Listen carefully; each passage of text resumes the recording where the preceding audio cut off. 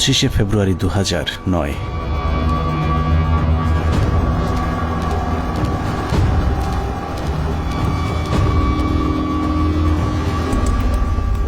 মহাজোট সরকার ক্ষমতায় আসার মাস দেড়েকের মাথায় বর্বরতম এক হত্যাকাণ্ডের মাধ্যমে ভেঙে দেয়া হয় সীমান্তে উঁচু করে যারা শত্রুর সামনে প্রাচীর হয়ে থাকত তাদের মেরুদণ্ড।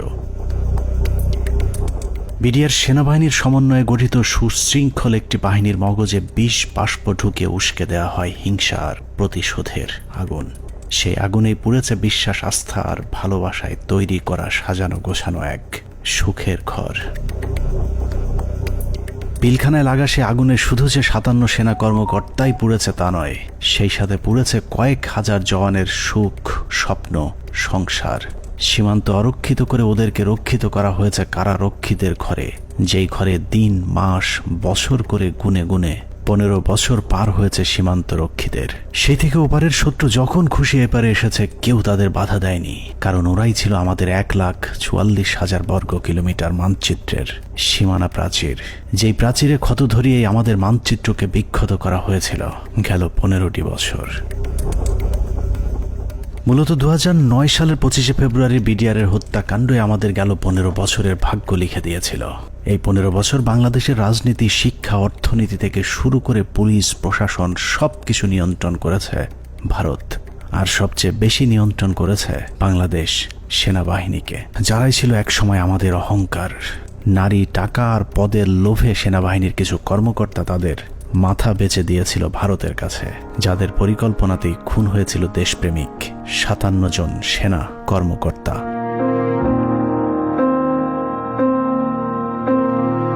25শে ফেব্রুয়ারি পিলখানায় আসলে কি ঘটেছিল, কেন ঘটেছিল, সেই ঘটনার পরে কি ঘটেছিল, কিংবা এখন আসলে কি ঘটছে তা নিয়ে আমাদেরকে যতটুকু জানানো হয়েছে তার চেয়েও অনেক বেশি আমাদের থেকে গোপন করে রাখা হয়েছে।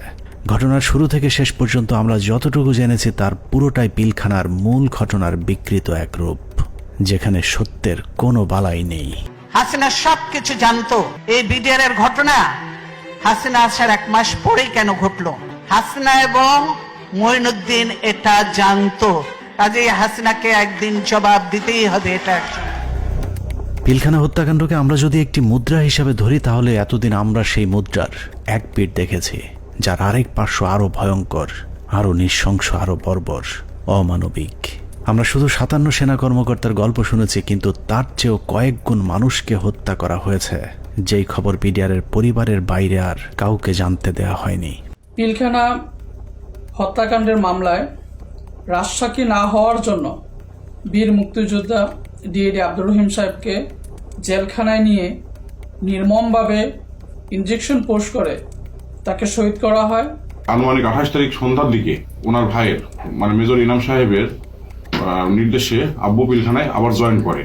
সন্ধ্যার সময় জয়েন করার সঙ্গে সঙ্গে কিছু আর্মি সদস্যরা আব্বুকে আলাদা করে লোকচক্ষুর আড়ালে নিয়ে যায়। সন্ধ্যা ঘনিয়ে আসার পরে একটা গাড়িতে করে চোখ বেঁধে, হাত বেঁধে ঢাকা ক্যান্টনমেন্টের দিকে নিয়ে যায় এবং ডিজিএফআই সেলে নিয়ে যায়। আব্বু তাদের কথাবার্তাতে বুঝতে পারে যে আব্বু ডিজিএফআই সেলে আছে।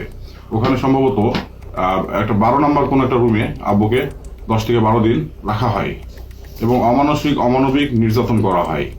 আপনার ইলেকট্রিক শক দেওয়া হয়, লিঙ্গে বাড়ি দেওয়া হয়, অসহনীয় কষ্ট তাদেরকে সহ্য করতে হয়। ড্রিল মেশিন দিয়ে পা ছিদ্র করে, তারপর আপনার পেরেক দিয়ে হাতের পায়ে নখ উপড়িয়ে ফেলায়।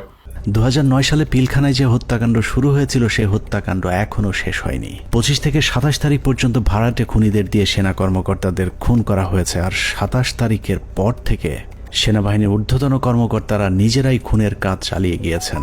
ঘটনার পর জিজ্ঞাসাবাদের নামে বিডিআরের 167 জন জওয়ানকে নিজেদের হাতে হত্যা করেছে আমাদের গর্বের সেনাবাহিনী।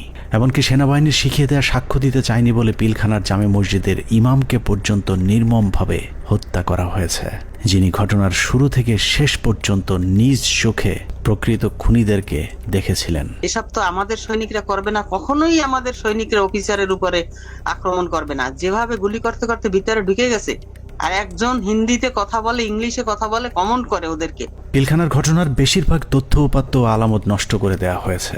তারপরেও চূড়ান্ত ঝুঁকি নিয়ে দেশপ্রেমিক কয়েকজন সেনা কর্মকর্তা অত্যন্ত গোপনীয়ভাবে কিছু গুরুত্বপূর্ণ তথ্য প্রমাণ নিজেদের সংগ্রহে রেখেছিলেন। বিডিআর হত্যাকাণ্ডের দিন বেঁচে যাওয়া কিংবা পিলখানার বাইরে থেকে বারবার ভেতরে ঢুকে অফিসারদের জীবন বাঁচানোর চেষ্টা করা, অথবা যারা ঘটনার সুষ্ঠু তদন্তের ব্যবস্থা করতে চেয়েছিলেন, এরকম একদল সেনা কর্মকর্তার সহায়তায় আমাদের আজকের অনুসন্ধানটি করা হয়েছে। দীর্ঘ সময় ধরে চলা আমাদের একান্ত প্রচেষ্টায় ঘটনার মূল রহস্য উদ্ঘাটনের সর্বোচ্চ চেষ্টা করা হয়েছে। তারা রাষ্ট্রের মানুষের সুন্দরভাবে একটা সেবা দেওয়ার জন্য দায়িত্ব নেয় নাই এবং মাত্র 1.5 মাসের মাথায় বিডিআর মতো একটা হত্যাযজ্ঞ তারা চালিয়েছিল পরিপূর্ণ রাষ্ট্র সহযোগিতায়। কারণ রাষ্ট্রকে পরিপূর্ণ এই সময় থামিয়ে রাখা হয়। এই জায়গায় একটা বিশাল একটা কাজ করার জায়গা কমিশনের, যে এই পোস্টিং গুলা কাদের অর্ডারে হয়েছিল, কি ক্রাইটেরিয়াতে ওনাদেরকে তখন এইভাবে পোস্টেড করা হলো, কেন এত কুইক, মানে এই জিনিসটা তো সন্দেহের উদ্রেক করে, তাই না? যে 18 ইঞ্জিনিয়ার্স এর কর্নেল মেহেদী স্যার এত ইম্পর্টেন্ট সব কাজ করছিল, ওদেরকে যখন ক্লোজ অ্যারেস্ট করে রাখা হয় বা আয়নাঘরের থেকে নিয়ে রাখা হয়, মেস বিটা ক্লোজ অ্যারেস্ট করে রাখা হয়, তখন এই রেজানুর খান স্যারের সঙ্গে আমার বাবা দেখা করতে গেছিলেন যে আমার খোঁজ নেওয়ার জন্য। তখন উনি বলেন যে আপনার ছেলে মানে বাংলাদেশের সবচেয়ে বড় সন্ত্রাসী, তার কথা একদম ভুলে যান। পিলখানায় আসার আগের 2 বছর 3 বছর তারা আসলে কি করছিল, কোথায় তাদের পোস্টিং ছিল, তারা কাদের সাথে মেলামেশা করছে। আমাদের অনুসন্ধানে সহায়তাকারী এসব অফিসারদের সকলে বিডিআর হত্যাকাণ্ডের ঘটনায় নির্যাতনের শিকার। কেউ কেউ দীর্ঘ সময় গুমের শিকার, কেউ চাকরিচ্যুত হয়েছেন কিংবা জীবন বাঁচাতে চাকরি এবং দেশ ছাড়তে বাধ্য হয়েছিলেন। ডিজিএফআই কেন আমাদেরকে বাধা দিলেন, ও উল্টা আর আমাদের সাথে রাগ করলেন যে কেন তোমরা পলাতক এদেরকে ধরে নিয়ে আসলে, তাদের তো পালিয়ে যেতে দেওয়া হচ্ছিল অন্ধকার করে, লাইন কেটে যে তাদেরকে পালিয়ে যেতে দেওয়া হচ্ছিল। এই বিষয়টা অবশ্যই ওই সময় সমস্ত পত্র পত্রিকায় এসেছিল। আর 3 নাম্বার হচ্ছে যে এই যে এরা যে মানে বললো যে এরা ঠিক জানে না কে তাদের কমান্ড করছে, এই যে জিনিসটা সবার মুখ ঢাকা ছিল। সো কে কাকে কমান্ড করছে এটা তো চেহারা, যেমন আমার সৈনিক কিন্তু সবাইকে চিনে একটা ইউনিটের, আমি সবাইকে চিনি যে আমাকে অমুক স্যার এটা বলেছে। একে তো ওখানে হচ্ছে প্যারেড উপলক্ষে বিভিন্ন ইউনিটের সৈনিকরা এসেছিল, সবার মুখ ছিল বাধা, এর জন্য ওরা জানতো না যে কার কমান্ডে তারা কাজ করছে। সেনাবাহিনীর মধ্যম সারির এসব সেনা কর্মকর্তাদের সংগ্রহে থাকা কিছু গোপন অডিও ভিডিও ছিল আমাদের অনুসন্ধানের মূল পুঁজি। স্পর্শকাতর এসব তথ্য উপাত্ত নিয়ে আমাদের আজকের অনুসন্ধান।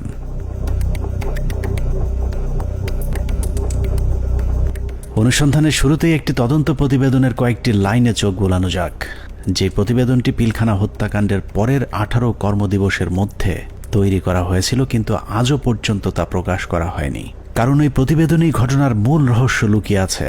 যদিও মূল ঘটনার 50 ভাগও প্রতিবেদনে উঠে আসেনি, যে কারণেই প্রতিবেদনের সীমাবদ্ধতায় বলা হয়েছে তদন্তের স্বার্থেই কমিটি কয়েকটি সংস্থার প্রধান গুরুত্বপূর্ণ ব্যক্তিকে জিজ্ঞাসাবাদ এবং বিভিন্ন গোয়েন্দা সংস্থার নিকট হতে গোয়েন্দা তথ্য সংগ্রহ করা আবশ্যক বলে মনে করেছে, কিন্তু পর্যাপ্ত সহযোগিতার অভাবে এ কাজগুলো করা সম্ভব হয়নি।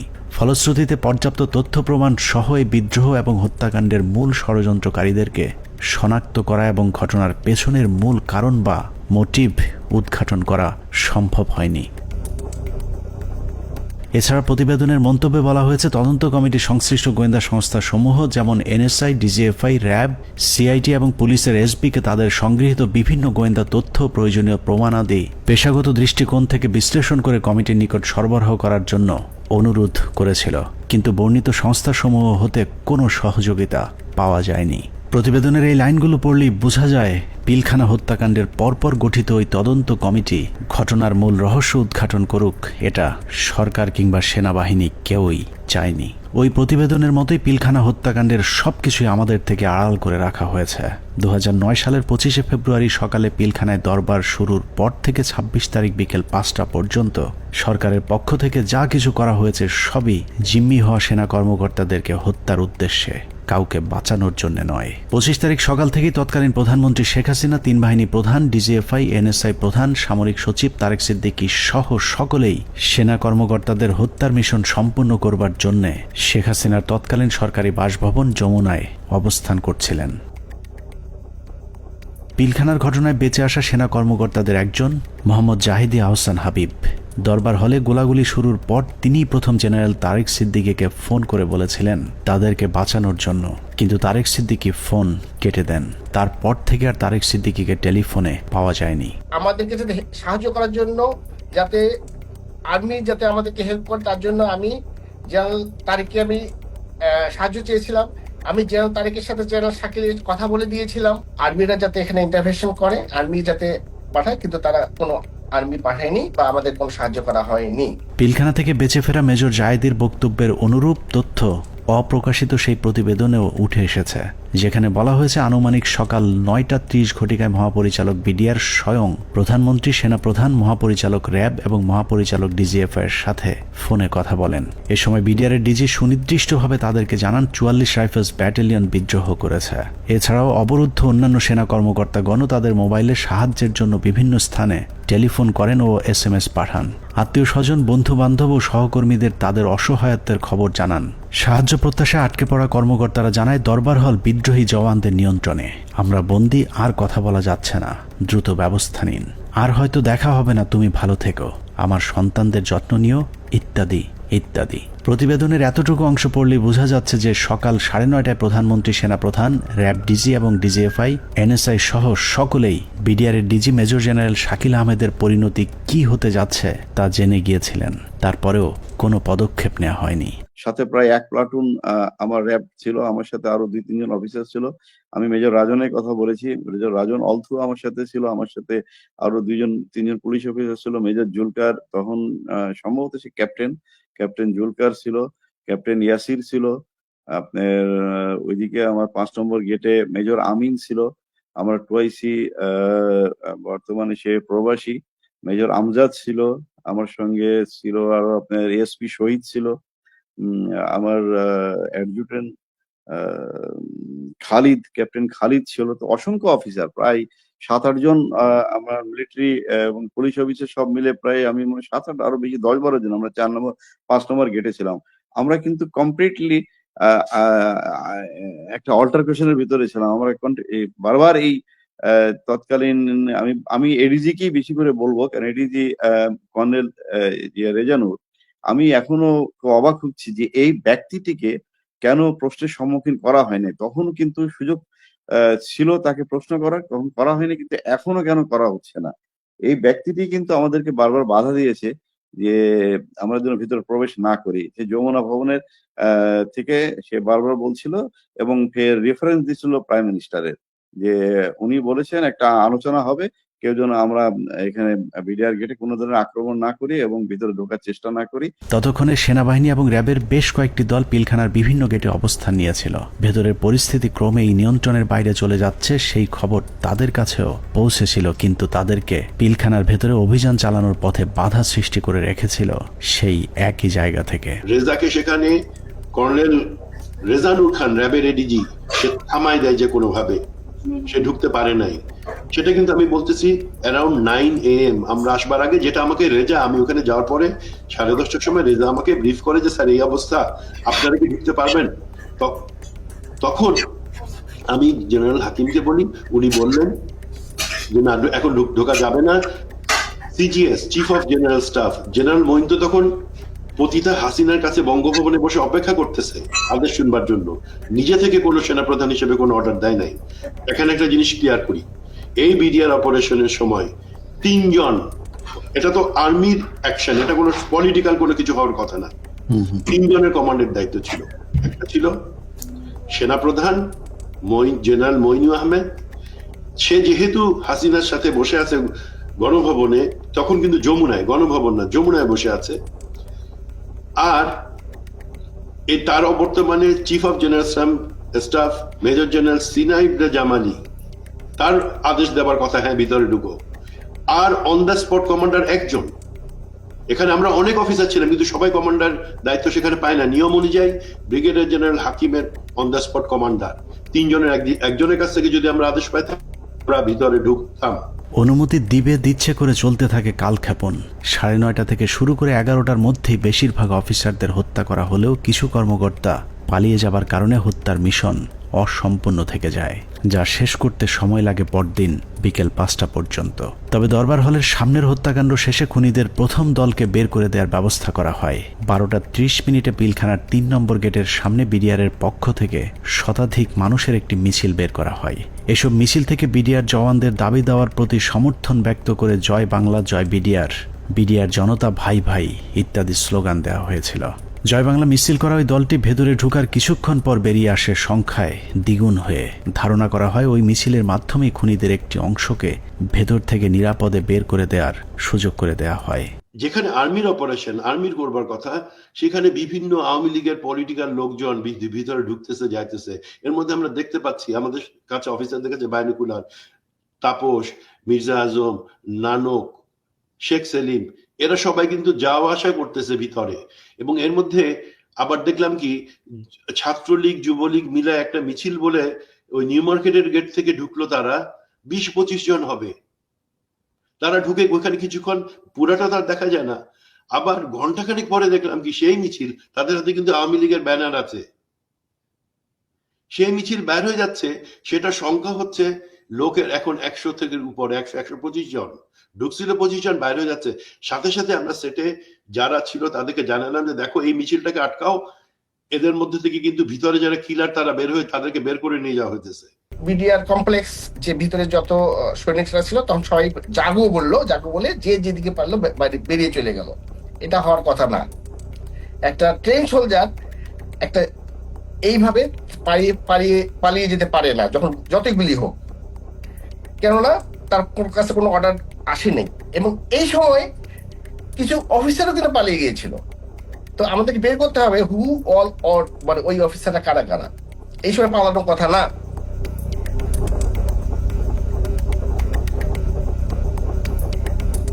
দুপুর 1:30।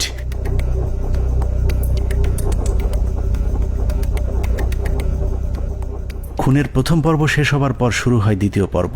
বেলা বাড়ার সাথে সাথে দরবার হলে নৃশংস হত্যাযজ্ঞের খবর ছড়িয়ে পড়ে পুরো পিলখানায়। এতে অধিকাংশ বিডিআর সদস্যরা আতঙ্কিত হয়ে পড়েন। বিডিআর সদস্যরা যেভাবে পেরেছে পালিয়ে যাওয়ার চেষ্টা করতে থাকে, কিন্তু বাকি অফিসারদের খুঁজে বের করে হত্যার জন্য সরকারের আরও কিছুটা সময় প্রয়োজন ছিল, যে কারণে বিডিআর জওয়ানদের চাঙ্গা করতে শুরু হয় সরকারের নতুন ষড়যন্ত্র।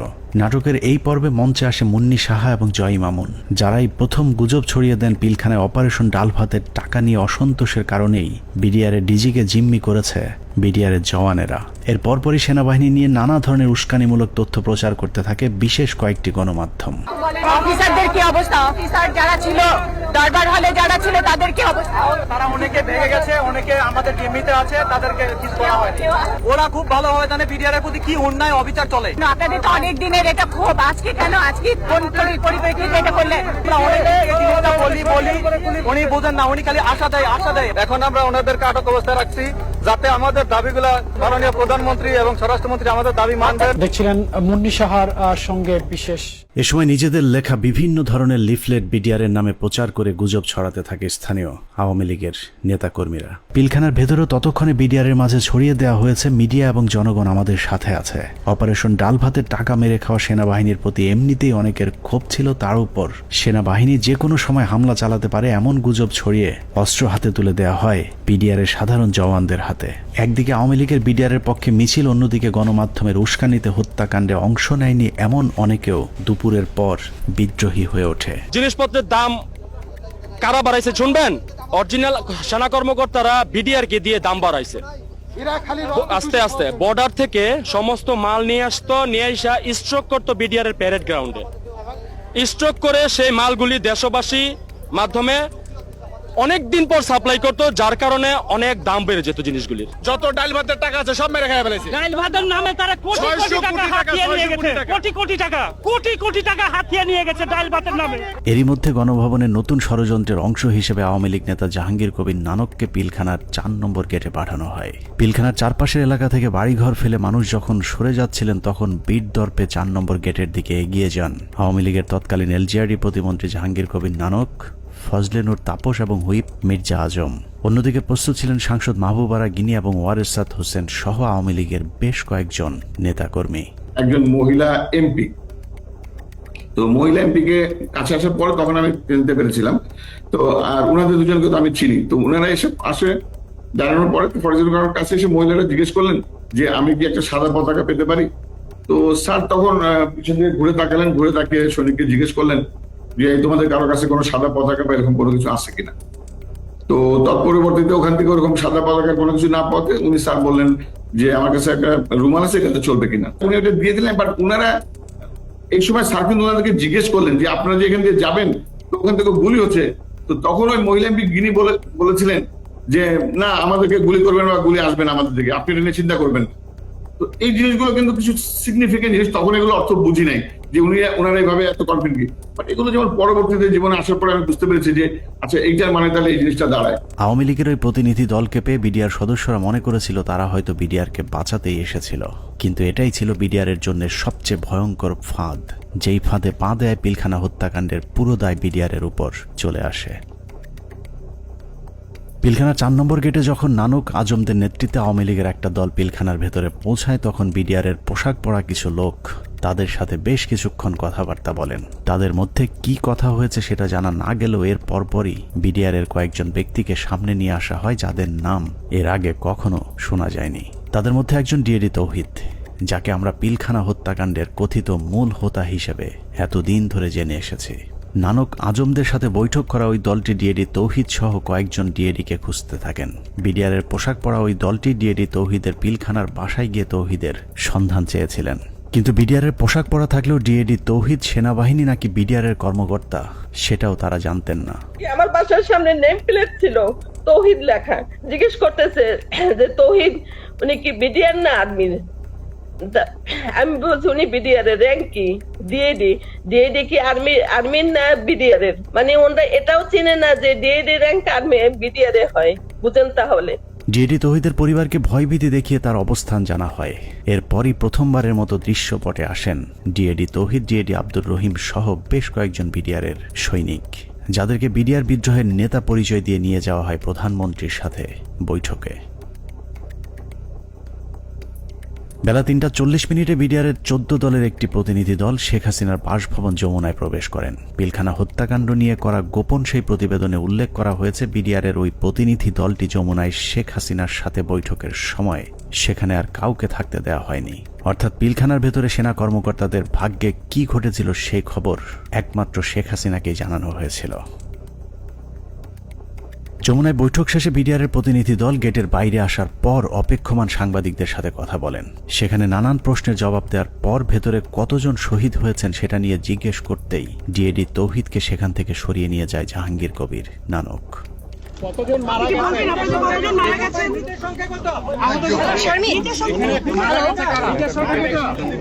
হাসিনার সাথে বিডিআরের সেই বৈঠকের মূল উদ্দেশ্য অফিসারদেরকে বাঁচানো কিংবা বিডিআরের আত্মসমর্পণ নয়, বরং বিডিআরকে জানিয়ে দেওয়া হয়েছিল কোনোভাবেই আত্মসমর্পণ করা চলবে না। যদিও বৈঠকের পর জানানো হয় বিডিআর অস্ত্র সমর্পণে রাজি হয়েছেন, কিন্তু ডিএডি তৌহিদকে পিলখানার ডিজি বানানো থেকে শুরু করে পিলখানার পরবর্তী ঘটনাবলী সবই ছিল শেখ হাসিনার তৈরি করা নাটকেরই অংশ।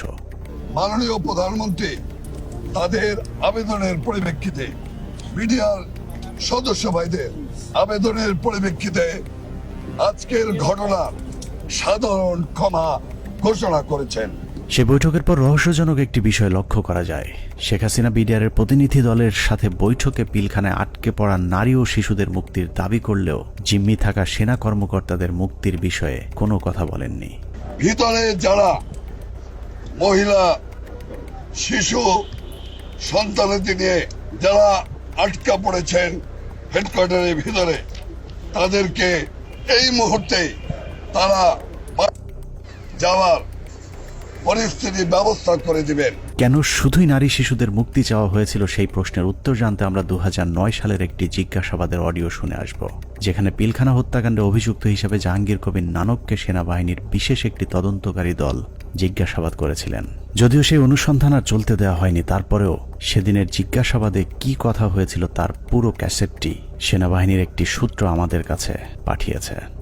এত বড় একটা নেগোসিয়েশন হলো, ডিজি এবং অফিসার বা ফ্যামিলিদের বেরিয়ে আসার ব্যাপারে কোনো আপনার স্টেটমেন্ট তো ছিল না, বা না বলছি যে আপনার মানে এটা নেগোসিয়েশন ডিলের মধ্যে এটা হলো না কেন যে ঠিক আছে তোমরা এটা রাখো, এটা ছাড়ো, অস্ত্র দাও, এই কন্ডিশন সবাইকে ছেড়ে দিবে না, তাহলে তো কেউ যাবে নিয়ে আসবে বা ডিজির সাথে কথা হবে, আচ্ছা ঠিক আছে সাধারণ ক্ষমা হবে, কিন্তু তার আগে আমি ডিজির সাথে কথা বলে সেই পরিপ্রেক্ষিতে কিন্তু ওনারা ঢুকলেন মাননীয় স্বরাষ্ট্রমন্ত্রী মহোদয়। না ওইটা আমি বলতেছি যখন সাধারণ ক্ষমা ঘোষণার আগে লাস্ট একটা কন্ডিশন হওয়া উচিত ছিল যে আমি ডিজি যেহেতু আটকাছে বলতেছো, সুতরাং তোমাদের কাউকে পাঠাও, ডিজির সাথে আমি কথা বলে নিশ্চিত হতে চাই। মানে তখন কিন্তু অলরেডি দেশের 16 কোটি মানুষ কোনো না কোনোভাবে আন্দাজ করে ফেলছে যে ডিজি মারা গেছে।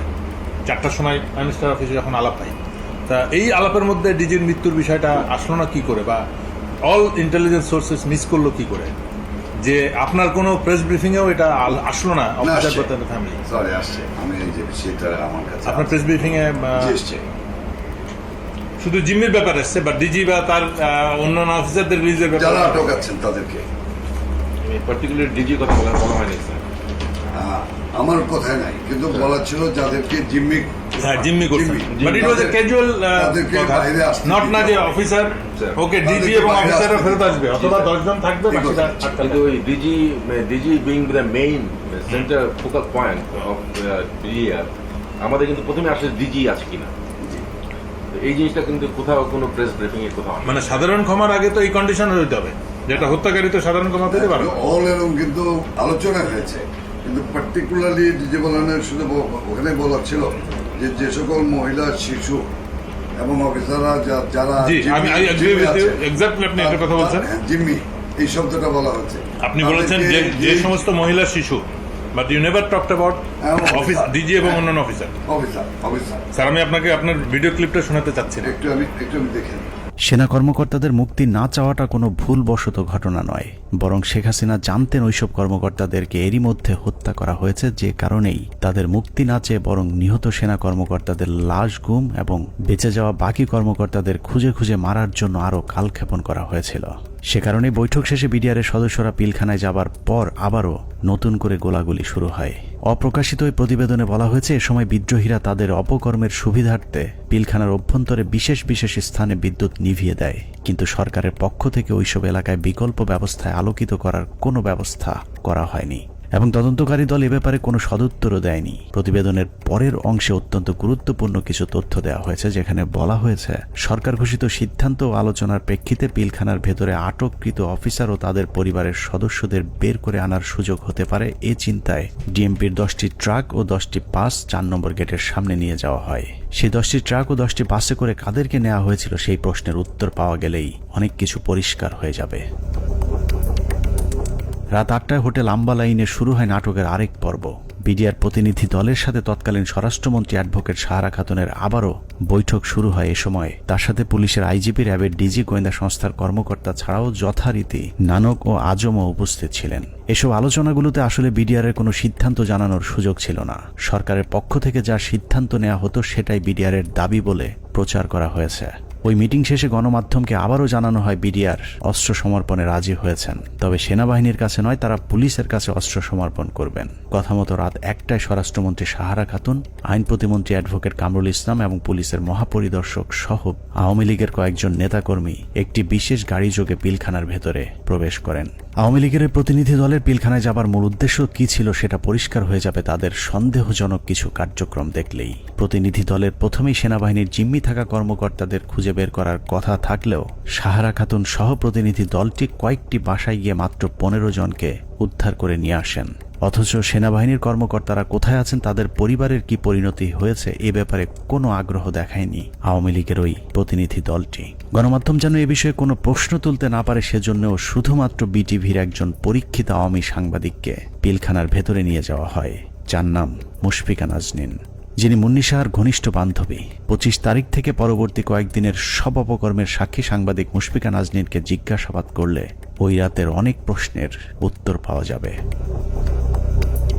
সেই রাতে সবচেয়ে রহস্যজনক ঘটনা হলো, হোটেল আম্বালায় বৈঠক শেষে সাংবাদিকদের জানানো হয়েছিল বিডিআর সেনাবাহিনীর পরিবর্তে পুলিশের কাছে অস্ত্র সমর্পণে রাজি হয়েছে। অথচ সরকারের প্রতিনিধি দলটি 10,000 বিডিআরের অস্ত্র জমা নিতে পিলখানায় আইজিপি ছাড়া কোনো পুলিশ সদস্য তাদের সাথে নেয়নি। ভেতরে কেন পুলিশ নিয়ে যাওয়া হয়নি সেই বিষয়টি জানতে 2009 সালের 27 ফেব্রুয়ারি অ্যাডভোকেট কামরুল ইসলামকে জিজ্ঞাসাবাদ করেছিল তদন্তকারী দল।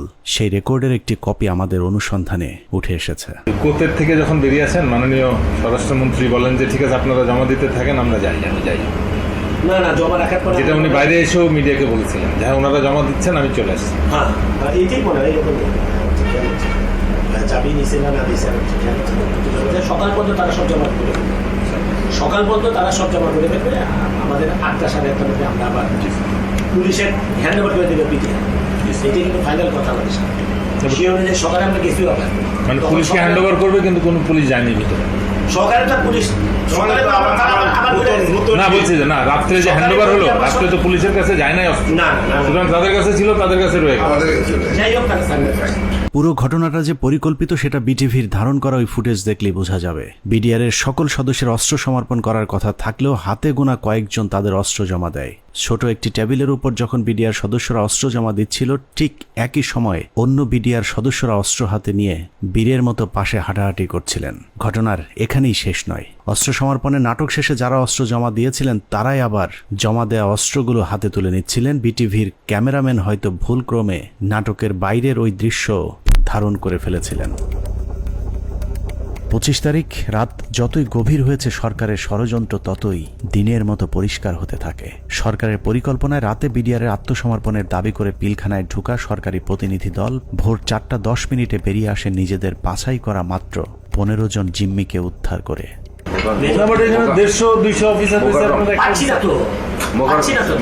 তাহলে মানে যে কোনো হোস্টেজ রেস্কিউ, মানে যে কোনো হোস্টেজ রেস্কিউ অপারেশনের প্রথম তো আমার হোস্টেজের কে কে আছে, অফিসার এবং তার পরিবার। কয়জন অফিসারকে আমার সাথে আনলাম, কয়জন প্লাস হোস্টেজের মধ্যে সব থেকে বড় হোস্টেজ যেটা ডিজি এবং তার পরিবার, তাদের কেউই আসলো না। তাদের বেঁচে আছে না মরে গেছে তাও জানলাম না। তাহলে হোস্টেজ অপারেশন কি হবে? ওরা তো আসলে হোস্টেজ রেস্কিউ করতে যান, ইনসিডেন্টালি তখন নাটকের পর নাটক শেষে পরদিন সকাল শুরু হয় আরেক নাটকের মধ্য দিয়ে। 26 তারিখ সকাল 9টায় কৃষিমন্ত্রী মতিয়া চৌধুরী, জাহাঙ্গীর কবির নানক, জাতীয় পার্টির চেয়ারম্যান হোসেন মোহাম্মদ এরশাদ, আইন প্রতিমন্ত্রী কামরুল ইসলাম এবং ব্যারিস্টার তাপস আবারও পিলখানার 4 নম্বর গেটে উপস্থিত হন। ওদিকে 3 নম্বর গেটে আওয়ামী লীগের 200-300 নেতাকর্মী উপস্থিত হয়ে আবারও বিডিআর এর পক্ষে স্লোগান দিতে থাকেন। এক পর্যায়ে মিছিলটি পিলখানার ভেতরে ঢুকে যায়। তবে ভেতরে যে কজন ঢুকেছিলেন তার চেয়ে কয়েক গুণ বেশি লোকজন নিয়ে পিলখানা থেকে কিছুক্ষণ পরে বেরিয়ে আসে আওয়ামী লীগের ওই মিছিলটি। 27 তারিখ তো 26 তারিখে একটা মাইক্রোবাসে করে বাইরের যে লোকেরা ভেতরে ঢুকেছিল তারা বের হয়ে যায়। 26 তারিখ দুপুর 2:30 12 সদস্যের মহাজোট মধ্যস্থকারী কমিটি গঠন করা হয়। আওয়ামী লীগ নেতা আব্দুল জলিলের নেতৃত্বে এই কমিটি আবারও হোটেল আম্বালাইনে বিডিআর এর সাথে লোক দেখানো বৈঠক করেন।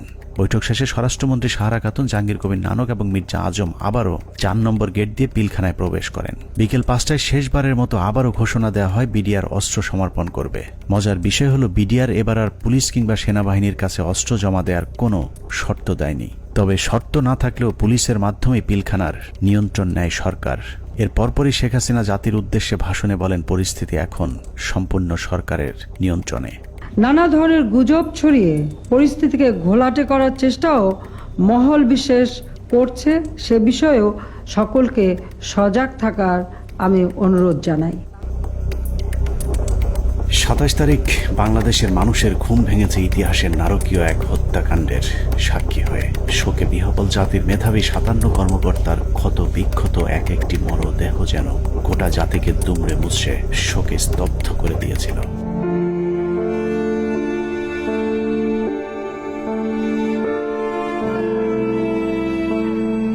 এভাবেই শেষ হয় শ্বাসরুদ্ধকর পিলখানা ট্র্যাজেডির 33 ঘন্টা। পিলখানার ঘটনা নিয়ন্ত্রণে আনতে কেন 2 দিন সময় লাগলো? একজন অফিসারকেও জীবিত উদ্ধার না করলে সরকার এই 2 দিনে আসলে কি পদক্ষেপ নিয়েছিল সেটা জানতে আমরা পিলখানা হত্যাকাণ্ডের শেষ 1 ঘন্টার একটি ঘটনা দেখে আসব। 27 তারিখ বিকেল 5টায় বিডিআরের অস্ত্র সমর্পণের ঘণ্টাখানেক আগে শেখ তাপসের নেতৃত্বে একটি দল শেষবারের মতো মাইকিং করে জীবিত কেউ থাকলে বের হয়ে আসার অনুরোধ করেছিলেন। মাইকিং শুনে যেসব সেনা কর্মকর্তারা জীবন বাঁচাতে গাড়ির কাছে গিয়েছিলেন তাদের একজন ক্যাপ্টেন তানভীর, যার লাশ এখনো খুঁজে পাওয়া যায়নি। আমাদের হাতে আসা একজন সিপাহীর জিজ্ঞাসাবাদের একটি রেকর্ডে ক্যাপ্টেন তানভীর সম্পর্কে গুরুত্বপূর্ণ তথ্য পাওয়া গেছে। উনি হচ্ছে আমাদের এমপি তাপস। তখন উনি আমার দিকে বড় বড় করে চোখ থেকে তাকালেন, এমপি তাপস। ওনাকে বলছে ঠিক আছে তাহলে গাড়িতে উঠে। আমি বললাম স্যার আমাকে নিয়ে যান, আমি এখানে একা কি করবো? বলছে না তুমি 1 নম্বর গেট দিয়ে, তারপরে বলতো 1 নম্বর গেট দিয়ে তুমি বাইরে চলে যাও। বুঝলাম ওনাকে গাড়িতে উঠে চলে যাবে। এর মধ্যে তারপরে স্যার আমার হাতে হাত রাখে একে বলে, মহিত তুমি কোনো চিন্তা করো না, তুমি বাসা চলে যাও। চলে গেলেন গাড়ি নিয়ে, আমি চলে আসলো। অনুসন্ধানে জানা যায় বিডিআর সৈনিকদের জিজ্ঞাসাবাদের সময় গোপনে রেকর্ড করা এই বক্তব্যটি সিপাহী মুহিতের, যিনি বিডিআর হত্যা মামলার ৭০ নম্বর আসামি। জিজ্ঞাসাবাদের সময় একজন সেনা কর্মকর্তার কাছে সিপাহী মুহিত ক্যাপ্টেন তানভীরের ভাগ্যে আসলে কি ঘটেছিল তার বিশদ বর্ণনা দিয়েছেন। কোনোভাবেই কিছু হয় না। উনি এখান থেকে ফোনে কথা বললেন, আমার মোবাইলে কথা বললেন দুইবার। এক জায়গায় স্যার বললেন, আরেক জায়গায় চুরি করে কথা বললেন। তখন আমার মোবাইলেরও চার্জ নাই, মোবাইল বন্ধ হয়ে গেছে, আমিও কথা বলতে পারলাম না। আমি আরো স্যারের সাথে রাগারাগি করছি, স্যার আপনার জন্য আমিও আমার পরিবারের সাথে কথা বলতে পারলাম না। সিপাহী মুহিতের বক্তব্য অনুযায়ী ক্যাপ্টেন তানভীর সবশেষ তার স্ত্রীর সাথে মুহিতের মোবাইল ফোনে কথা বলেছেন এবং ফোনের চার্জ শেষ হয়ে যাবার পর লাইন কেটে যায়। ঘটনার সত্যতা জানতে আমরা তানভীরের স্ত্রীর সাথে কথা বলেছিলাম। তানভীরের স্ত্রীও ঠিক মুহিতের মতো একই বক্তব্য দিয়েছেন। ফোনে কথা বলতে বলতে কি ফোন কেটে গিয়েছিল, এরকম কিছু মনে করতে পারেন? এরকম ফোন হয় কেটে গিয়েছিল বা কোনো আর সাউন্ড পরে শুনতে পাইনি। তার মানে সিপাহী মুহিত এবং তানভীরের স্ত্রী দুজনের বক্তব্যে এটা পরিষ্কার যে ক্যাপ্টেন তানভীরকে বিডিআর নয়, তাপস নিজেই হত্যা করেছে। অতএব তাপসই বলতে পারবে তানভীর কি জীবিত নাকি তাকে মেরে ফেলা হয়েছে।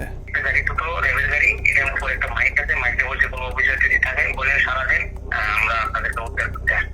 আমি বললাম স্যার এই তো আপনার নেওয়ার জন্য গাড়ি আসছে, আপনি চলে যেতে পারবেন, রাখো তুমি আগে একা বাইরেও গাড়ির দিকে দেখো। দেখলাম গাড়ি, আমি হাতও দিলাম, গাড়ি প্যাক করলো, প্যাক করে এখান থেকে দুজন লোক নেমে আসলো, একজন সিভিল আর একজন প্রাইভেট পোশাকটা। আমাকে বললো যে ঠিক আছে কি করছে, আমি স্যার এখানে একজন অফিসার আসে। হ্যাঁ আসে, এখানে আসলো, আসার পরে জিজ্ঞেস করলো যে আপনি কে? উনি বলছেন যে আমি ক্যাপ্টেন তানভীর। উনি হচ্ছেন আমাদের এমপি তাপস। তখন উনি আমার দিকে বড় বড় করে চোখ থেকে তাকালেন, এমপি তাপস। ওনাকে বলছে তাদের গাড়িতে উঠে। সূত্র জানিয়েছে মুহিতের জিজ্ঞাসাবাদের এই রেকর্ডটি সিআইডিতে থাকাকালীন সেনাবাহিনী এবং র্যাবের কয়েক দফা জিজ্ঞাসাবাদ শেষে মুহিতকে সিআইডিতে জিজ্ঞাসাবাদের সময় মুহিত বলেন, আমার কোনো দোষ নেই, আমার অপরাধ একটাই, তা হলো জিজ্ঞাসাবাদে আমি ক্যাপ্টেন তানভীরকে তাপসের গাড়িতে তুলে দেওয়ার কথা সেনাবাহিনীর কর্মকর্তাদেরকে জানিয়েছিলাম। কোনো একটি জিজ্ঞাসাবাদের সময় তাপস নিজে উপস্থিত থেকে মুহিতকে নির্যাতন করেছেন বলেও অভিযোগ করতে শোনা যায় সিপাহী মুহিতের ওই গোপন রেকর্ডে। তানভীর স্যারকে ফোন করেন, তানভীর স্যারে আমি তানভীর স্যারকে কথা দিয়েছি, তানভীর স্যারকে তাপস স্যারের গাড়িতে উঠে দিচ্ছি। উনি যা বলবে তাই। উনি যদি আমি বলে যে আমি ওনাকে পাঠাই না, তাহলে আমার বাড়িটা তিনি বলছি তাপসের কথা আমাকে এমন পিছনে দিল, দিয়ে আমাকে নিয়ে আবার সেনের ভিতরে রাখলো। রাখার পরে আবার লোকের সাথে তাপস আসছে, তাপস সাথে নিয়ে আসে। তারা এনে বলে স্যার ওই সাবার বেটা সবাই আপনার বলে আপনাকে তানভীরকে নাকি আপনি নিয়ে আসতে নিয়ে আসে। সে এমন জোরে থাপ্পড় মারলো আমাকে একটা, আমি একটা বাড়িতে বলে গেলাম। ওটাই বলছে তুই এই কথা আর কখনো যাতে তোর মুখ দিয়া না আসে। পিলখানা ট্র্যাজেডির ৩৩ ঘন্টা মূলত সেনাবাহিনীর যেসব অফিসার বেঁচে ছিলেন তাদেরকে খুঁজে খুঁজে মারার জন্যই কালক্ষেপণ করা হয়েছিল, যে অভিযানের শেষ হয় তানভীরকে গুম অথবা খুন করার মধ্য দিয়ে। বিএম এর ক্যারেট দিয়ে দিতে পারতো, 5 জন করে প্রত্যেক বছর এখানে দেওয়া যায়, সেটা যদি না দিতে পারতো তাহলে মেজর অফিসার তাদের দিতে পারতো। কিন্তু এরা তো জানে যে আমার অফিসার না, সে জানে যে এটা আর্মির অফিসার। আর্মি থেকে পার্মানেন্ট যদি চলে আসতো তাহলে সে জানতো এটা আমার অফিসার। কোন অবস্থায় মারতো না, মারতে গেলে নিজেদের মধ্যে যুদ্ধ লেগে যেত। পিলখানা ট্র্যাজেডি বলতে আমরা শুধুই 25 থেকে 27 ফেব্রুয়ারির হত্যাকাণ্ডকেই জানি, কিন্তু পিলখানার মূল ট্র্যাজেডির শুরু হয়েছিল বিডিআর অস্ত্র সমর্পণের পর। সিপাহী মুহিতের মতো যারাই মূল ঘটনা তুলে ধরতে চেয়েছিলেন তাদেরকেই ঠান্ডা মাথায় হত্যা করা হয়েছে। 2009 সালের মার্চের 3 তারিখ বিডিআরেরা কাজে যোগ দেওয়ার পর থেকে জিজ্ঞাসাবাদের নামে সেনাবাহিনী মোট 108 জন বিডিআর জওয়ানকে হত্যা করেছে। এদের মধ্যে কয়েকজন ঘটনার পরিকল্পনার সাথে জড়িত, বাকিরা গুরুত্বপূর্ণ সাক্ষী। নিরীহ এসব বিডিআর সদস্যদের মৃত্যুর কারণ, পোস্টমর্টেম রিপোর্ট কিংবা হত্যাকাণ্ডের তদন্ত কোনো কিছুতেই বিডিআর পরিবারকে হস্তক্ষেপ করতে দেওয়া হয়নি। এমনকি গণমাধ্যমে কথা বলা নিয়েও দেয়া হয়েছিল কঠোর নিষেধাজ্ঞা। পিলখানা হত্যাকাণ্ডের পর জিজ্ঞাসাবাদে যারাই সত্য ঘটনা তুলে ধরতে চেয়েছে তাকেই হত্যা করা হয়েছে, কারণ পিলখানা হত্যাকাণ্ডের পরিকল্পনার সাথে সেনাবাহিনী এবং আওয়ামী লীগের কোন কোন ব্যক্তি জড়িত ছিল তা একমাত্র বিডিআর সদস্যরাই জানত, যে কারণে বিডিআরের গুরুত্বপূর্ণ সাক্ষীদেরকে জিজ্ঞাসাবাদের নামে নির্মমভাবে হত্যা করা হয়। আমি কেন 16 বছর জেল খাটলাম, এই জেল খাটার যে কারণ, এই কারণ আজ পর্যন্ত আমি আবিষ্কার করতে পারি নাই। আমার কাছে অত্যন্ত আশ্চর্যের কোয়েশ্চেন ছিল যে একটা নিরপরাধ মানুষকে কিভাবে 16টা বছর একটা দেশের বিচার বিভাগ আটকিয়ে রাখতে পারে। পিলখানার ভিতরে হত্যাকাণ্ডের সময় ভাই একটা পরিষ্কার একটা ছাই রঙের একটা পিকআপ ছিল, আমার সেলিম যেটা বলে, স্যার আমাদের মারার কোনো পরিকল্পনা ছিল না, দেখেন আমিও ইনজুর্ড, মানে রিকোয়েস্টেড গুলি তার হাতে লেগেছিল, আমাকে দেখাইছি, আমি দেখছি, তার কাছে কাগজও ছিল। তা আমি বললাম যে তুমি তো সবারে কাম 1 by 1 বললা, তোর ঘটনা এটা কেন? তো স্যার আমরা তো এর মধ্যে ছিলাম না, আমার কথা ছিল আমাদের পরিকল্পনা একরকম ছিল, এখানে এটা ছিল না, কিন্তু বাইরে থেকে একটা পিক আপ আসে, এই পিক আপ থেকে গুলি করে। তো সেখানে তো স্যার আমাকেও চিনে না, ওই সাদ্দর এক লাইনে ছিল, তো গুলিটা সাদ্দের গায়ে লাগে, ওই গুলির একটা অংশ আমার গায়ে লাগে। আবার এইটা করে সম্পূর্ণ বহিরাগত, আমি বিশ্বাস করি এটা ভারত থেকে আসা, যাদেরকে পরে সুন্দর করে পার করে দেওয়া হয়, একটা অংশ চলে যায় গাড়িতে করে আসাদুজ্জামান নূর এলাকার ওই এলাকা দিয়ে, আরেকটা অংশ যায় বিমানে, এই অংশটাকে ফলো করে ডিজিএফআই, তাদেরকে ঢুকতে দেওয়া হয়নি এয়ারপোর্টে। আমি সেটা বেড়ে যায় অ্যাম্বুলেন্সের মাধ্যমে, আঞ্জুমান মফিজের অ্যাম্বুলেন্সের মাধ্যমে চলে যায়। তো এটা সম্পূর্ণ বহিরাগত পরিকল্পনা, সহযোগিতা করে আমাদের কিছু সেনাবাহিনী অফিসার, ভিতরে ছিল কর্নেল শামস তার ব্যাটালিয়নের সদস্য, আর বাইরে তো বললাম রেজানুর কাজ করে নাই। আর আমাদের শেখ হাসিনা যদি থাকে জড়িত, কি কি কাজ করবে, কাজ করতে পারে নাই। তবে আমি মনে করি দায়িত্ব পালন অনীহা, এই কারণে সবাইকে আইনের আওতায় নিয়ে আসা উচিত। আমাদের দুর্ভাগ্য, মইনুল আমাদের সেনাপ্রধান ছিলেন, এটা আমাদের লজ্জা। পরবর্তীতে সেনাপ্রধান থাকেন জেনারেল মুবিন, ইনিও এই অনাচার করে গেছেন। হত্যাকাণ্ডের সবচেয়ে গুরুত্বপূর্ণ সাক্ষী ছিলেন পিলখানা জামে মসজিদের পেশ ইমাম মাওলানা মোহাম্মদ সিদ্দিকুর রহমান। দরবার হলে সেদিন কি ঘটেছিল তার সবচেয়ে কাছ থেকে তিনিই দেখেছিলেন। সে ছিল মেন সাক্ষী। আমাকে বলছে যে আমরা 3 জন মেন সাক্ষী, এখন 3 জন মেন সাক্ষী হান বাঁচায় না মাইরে ফেলায় তো জানি না। আমি বলছি যে তুমি যা যা হয়েছে ওখানে দরবারে যা অফিসাররা বলছে এগুলো বলতে গেলা কেন? বললে কি হবে? সত্যি কথা বলবো না? হাসিনা ইচ্ছে করে মারছে, বলবো না? আমি যদি মরে যাই মরে যাবো, তার অসুবিধা কি? পিলখানা জামে মসজিদের ইমাম সাহেব শুধু দরবার হল নয়, আরো অনেক কিছু সাক্ষী ছিলেন। ঘটনার কয়েক মাস আগে থেকেই শুক্রবার জুম্মার নামাজের শেষে যেসব গোপন মিটিংগুলো হতো, সেখানে বিডিআরের সৈনিকদের সাথে তাপস, নানক এবং আওয়ামী লীগ নেতা তোরাব আলী সহ অনেককে উপস্থিত থাকতে দেখেছিলেন মসজিদের ইমাম সিদ্দিকুর রহমান।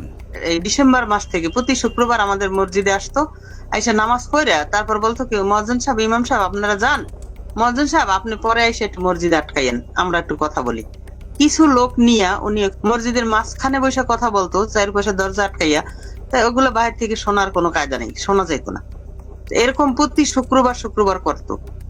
ওই যে হাজি সেলিম নাকি ওনার নাম, আমাকে হুজুর যখন বাসায় আসছে দরবার হল থেকে, তারপরে মানে উনি ঘরে পায়চারি করে আর মানে পান খায় আর পাগলের মতো করতেছে যে এইসব কাহিনীর জন্য হয়েছে, এসব তো আমাদের সৈনিকরা করবে না, কখনোই আমাদের সৈনিকরা অফিসারের উপরে আক্রমণ করবে না। যেভাবে গুলি করতে করতে ভিতরে ঢুকে গেছে, আর একজন হিন্দিতে কথা বলে, ইংলিশে কথা বলে, কমেন্ট করে ওদেরকে।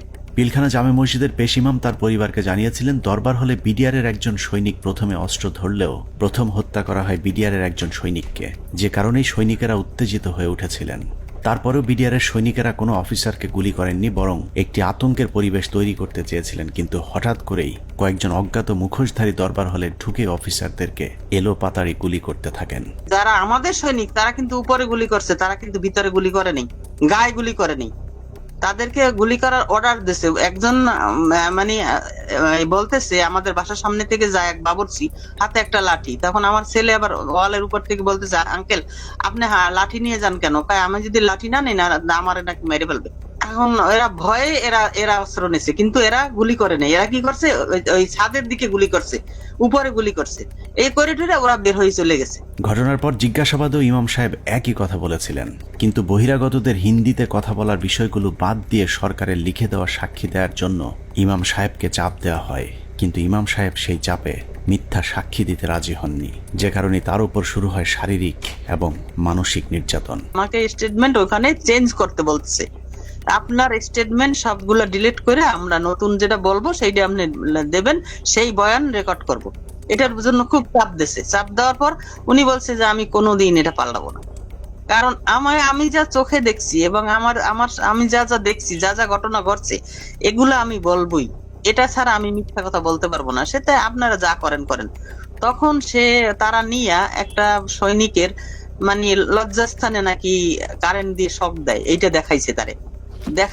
উনি মানে আমি ওই সময় মানে অজ্ঞান হয়ে যাই, এরকম অবস্থা হয়ে গেছিল আমার। আমি মানুষ এরকম কিভাবে করে? তারপরেও ইমাম সাহেব কোনোভাবেই মিথ্যা বলতে রাজি না হওয়ায় 2009 সালের 12ই মার্চ জিজ্ঞাসাবাদের জন্য ডেকে নিয়ে যাওয়া হয় তাকে। সেদিনই ছিল তার জীবনের শেষ দিন। নিজের পায়ে হেঁটে যাওয়া মানুষটি পরদিন পরিবারের কাছে লাশ হয়ে ফিরে আসেন। বিডিআর এর 3টা থেকে 6টা পর্যন্ত কি চিকিৎসা হয়েছে এবং ঢাকা মেডিকেলেও যে কি চিকিৎসা হয়েছে আমরা তো কোনো চিকিৎসার কিছুই জানি না। এবং পোস্টমর্টম রিপোর্ট কি আসলো, আসল রিপোর্ট, যে সেই রিপোর্টটা আমাদেরকে দিল না। পিলখানা জামে মসজিদের পেশিমা মাওলানা রফিকুল ইসলামের মৃত্যুর কারণ হিসাবে পরিবারকে জানানো হয়েছিল হার্ট অ্যাটাক। ইমাম সাহেবের মতো 3 তারিখের পর থেকে হঠাৎ করেই পিলখানা থেকে ধরে নিয়ে যাওয়া বিডিআর সদস্যদের হার্ট অ্যাটাক এবং আত্মহত্যার সংখ্যা বাড়তে থাকে, যা ছিল মূলত সেনাবাহিনীর বিডিআর সদস্যদেরকে হত্যার একটি কৌশল। আত্মহত্যার নামে সেনাবাহিনীর এরকম এক হত্যাকাণ্ডের শিকার দিনাজপুর সেক্টরের বিডিআরের নায়েক সুবেদার মোজাম্মেল হক। প্রায় 6 ফুট লম্বা একজন মানুষকে হত্যার পর লো হাইটের বাথরুমের সিলিংয়ে ঝুলিয়ে রেখে আত্মহত্যার গল্প সাজানো হয়। মেজর আসাদ স্যার মারা গিয়েছিলেন, লেফটেন্যান্ট কর্নেল কায়সার স্যার ওনার কিলারদেরকে আইডেন্টিফাই করা। তারপরে আমাদের খুব গুরুত্বপূর্ণ একজন ভালো মানুষ সেন্ট্রাল সুবেদার মেজর নুরুল ইসলাম, উনার হত্যাকাণ্ডে খুনে কারা ছিল। তারপরে মেজর সালাম। এ প্রসঙ্গে আরেকটা ইএমই ব্রাঞ্চ, যেটা ইএমই বিডিআর এর অংশ, তো ইএমইর যে ডিএডি কে জিজ্ঞাসাবাদ করা হয়, ওই জিজ্ঞাসাবাদ করে ওই বিকালবেলা ওই ইএমই ডিএডি কে আমরা ব্যারাকে ফেরত দিয়ে আসি। দিয়ে আসার পর কয়েক ঘন্টা পরে মনে হয় সন্ধ্যাবেলা আমরা খবর পেলাম যে আমি সেটে খুব শুনলাম যে ব্যারাকে একজন আত্মহত্যা করছে। পিলখানা হত্যাকাণ্ডের মাস 3 আগে থেকে যেসব মিটিংগুলো হতো, এরকম গোপন 2-1টি মিটিংয়ে উপস্থিত ছিলেন ডিএডি হাবিব। আওয়ামী লীগ নেতা এবং বিডিআরের কিছু সদস্যের গভীর ষড়যন্ত্র বুঝতে পেরে সে মিটিংয়ের গুরুত্বপূর্ণ কিছু আলোচনা গোপনে রেকর্ড করেছিলেন, যে কারণে পিলখানা হত্যা মামলায় ডিএডি হাবিবের গুরুত্বপূর্ণ জবানবন্দি পাওয়া যেত। কিন্তু জিজ্ঞাসাবাদের নামে তাকে 2009 সালে হত্যা করা হয়। তবে মৃত্যুর আগের জিজ্ঞাসাবাদের সময়কার একটি রেকর্ড আমরা আমাদের অনুসন্ধানে সংগ্রহ করেছি। এত নিরীহ লোক মারা যাচ্ছে, তো এই জন্য আমার ওই লাগছে। আমার কাছে যারা এই কেসের হত্যা, তাদের আমার কাছে রেকর্ড আছে। কি রেকর্ড আছে? Mobile record. মোবাইল রেকর্ড কোথায়? আমার বাসায় আছে, আমার স্ত্রীর কাছে একটা আছে, আর একটা আমার একজন লেখা আছে কয় তারিখ যেন এটা করা আছে। ডিএডি হাবিবের বাসার সেই ক্যাসেট হয়তো সেনাবাহিনী উদ্ধার করেছিল, কিন্তু আদালতে উপস্থাপন করা হয়নি, কারণ সেখানে আওয়ামী লীগ নেতাদের জড়িত থাকার সব প্রমাণ ছিল।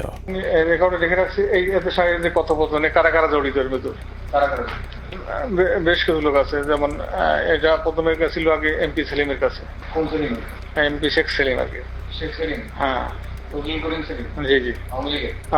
আওয়ামী লীগের সাথে বিডিআরের ধারাবাহিক এসব গোপন মিটিং এর বিষয়টি জানার পর কিছু সৈনিক বিডিআরের নিজস্ব সিকিউরিটি ইউনিটকে জানিয়েছিল। ঘটনার 4 দিন আগে 21শে ফেব্রুয়ারি সিকিউরিটি ইউনিটের সিনিয়র জেসিও নায়ক সুবেদার রফিকুল ইসলাম বিডিআর সৈনিকদের কাছ থেকে প্রাপ্ত তথ্য ডিজিএফআই সহ ঊর্ধ্বতন সেনা গোয়েন্দা কর্তৃপক্ষকে জানিয়েছিলেন। তার সেই তথ্যের ভিত্তিতে কিছু পদক্ষেপও নেওয়া হয়েছিল, কিন্তু শেষ রক্ষা হয়নি। সুবেদার রফিকুল ইসলামকে প্রথমে ঘটনার গুরুত্বপূর্ণ সাক্ষী হিসেবে অন্তর্ভুক্ত করা হয়েছিল, কিন্তু হত্যাকাণ্ডে সেনাবাহিনীর সম্পৃক্ত থাকার বিষয়টি ধামাচাপা দিতে ঘটনার প্রায় 2 মাস পরে তাকে আটক করা হয়। কিন্তু মামলার প্রথম চার্জশিটে সুবেদার রফিকুল ইসলামের নাম না থাকা সত্ত্বেও সম্পূরক চার্জশিটের মাধ্যমে তাকে 12 নম্বর আসামি হিসেবে অন্তর্ভুক্ত করা হয়। নির্বাচনের উপলক্ষে তুরাবালি, যেটা হাজারীবাগের আওয়ামী লীগের নেতা যে লিটনের বাবা, তার সঙ্গে আমাদের বিডিআর সদস্যরা মিটিং এ করে কিভাবে তাপস সাহেবকে নির্বাচনে জয়ী করা যায়। যদি নির্বাচনে জয়ী করে দিতে পারো তোমাদেরকে অনেক সুযোগ সুবিধা দেওয়া হবে। এর উপর বেসিস করে আমাদের কিছু সদস্য তাপসের বাসায় যায় এবং সেখানে তাপস তাদেরকে তার নির্বাচনী কাজকর্ম করার কথা বলে এবং তাদের যে সমস্ত তারা কিছু দাবি দেওয়া পেশ করে, সেই দাবি দেওয়া গুলা পুরা হবে বলে তাদেরকে আশ্বাস দেয়। আমি ঘটনা ঘটার 5 দিন পূর্বে 21 ফেব্রুয়ারি কর্তৃপক্ষকে জানাই আমার রিপোর্টের বেসিস করিয়া পিলখানার সমস্ত ম্যাগাজিনে কোয়ার্টার এই কুতে অফিসার নিয়োগ দেওয়া হয় এবং বাহিরের যে সমস্ত গোয়েন্দারা ডিউটি করে। আমি পৃথিবীর ইতিহাসে নজির নাই যে কোনো ঘটনা ঘটার 5 দিন আগে রিপোর্ট দেয়। সেই রিপোর্ট আমি দিছি যে ঘটনা ঘটবে এবং কারা কারা জড়িত। সুবেদার রফিকুল ছিলেন বিডিআরের উজ্জ্বল এক নক্ষত্র। 2009 সালে তিনি অর্জন করেছিলেন শ্রেষ্ঠ ভিওপি কমান্ডার প্রথম পুরস্কার। এছাড়া অসামান্য এসিআর পুরস্কার ছাড়াও বাহিনীতে তার সুনাম ছিল সর্বজন স্বীকৃত। সীমান্তের অতন্দ্র এই প্রহরীকে মৃত্যুর মুখে ঠেলে দেওয়ার উদ্দেশ্যেই তার বিরুদ্ধে যাবজ্জীবন কারাদণ্ডের রায় দেওয়া হয়েছে। পিলখানা হত্যাকাণ্ডের আগে আওয়ামী লীগের যেসব গোপন মিটিং হয়েছিল সেই মিটিংয়ে অংশ নিয়ে আরেকজন সিপাহী সেলিম রেজা। 2009 সালে জিজ্ঞাসাবাদের সময় রেকর্ড করা সেলিম রেজার বক্তব্যটা অত্যন্ত গুরুত্বপূর্ণ। স্যার, আমি নির্বাচনের আগে ব্যারিস্টার ফজলুর তাপস বিডিআর কেন্দ্রে মসজিদে নামাজ পড়তে আসতেন। ওখানে আসার পরে captain colonel Shams, captain colonel Furqan, major Reza ওনারা কথা বলতেন। আমিও এখানে ছিলাম, আমিও মাঝে মধ্যে তাদের সাথে কথা বলতাম। কথা বলার এক পর্যায়ে নির্বাচনের কিছু আগে আবার তাপস সাহেব পিলখানার ভিতরে এসে নির্বাচনী ঘোষণা শুরু করে। তখন বলে বিডিআর তো অনেক সমস্যা আছে, তো আমরা এগুলো ক্ষমতায় গেলে সমাধান করে দেবো, তো এখানে বেশি কথা বলা যায় না, তো আপনারা আমার বাসায় আসেন। এই চলে গেল। এরপরে যখন নির্বাচন হয়ে গেল, নির্বাচন হয়ে যাওয়ার পরে ক্যাপ্টেন কর্নেল শামস উদ্বুদ্ধ করলো আমাদেরকে, তোমরা যে কথাবার্তা বললে তো তোমাদের দাবি দেওয়া তো কেমন কিছু হলো না। এখন আমি একটা প্ল্যান করে দিচ্ছি, তোমরা সেই প্ল্যান মোতাবেক শেখ সেলিমের বাসায় যাবো, তোমাদের দাবি দেওয়া জানিয়ে আসবো, আর যা যা করা লাগে আমি করে দেবো সবকিছু। জিজ্ঞাসাবাদে সেলিম রেজা জানিয়েছিলেন তাপস সেলিমদের সাথে গোপন বৈঠকে বিডিআর সদস্যদেরকে বলা হয়েছিল দরবার হলে শুধুমাত্র বিডিআর ডিজিকে জিম্মি করলেই শেখ হাসিনা তাদের সব শর্ত মেনে নেবেন। কিন্তু দরবার হলে যখন অফিসারদেরকে গুলি করে হত্যা করা শুরু হয় তখন সেলিম রেজা বহিরাগত খুনিদের বিরুদ্ধে অস্ত্র তুলে ধরেছিলেন, যে কারণে তিনিও গুলিবিদ্ধ হন। পিলখানার ঘটনায় সেলিম রেজার গুলিবিদ্ধ হয়ে হাসপাতালে ভর্তি হবার প্রমাণও আমাদের কাছে রয়েছে।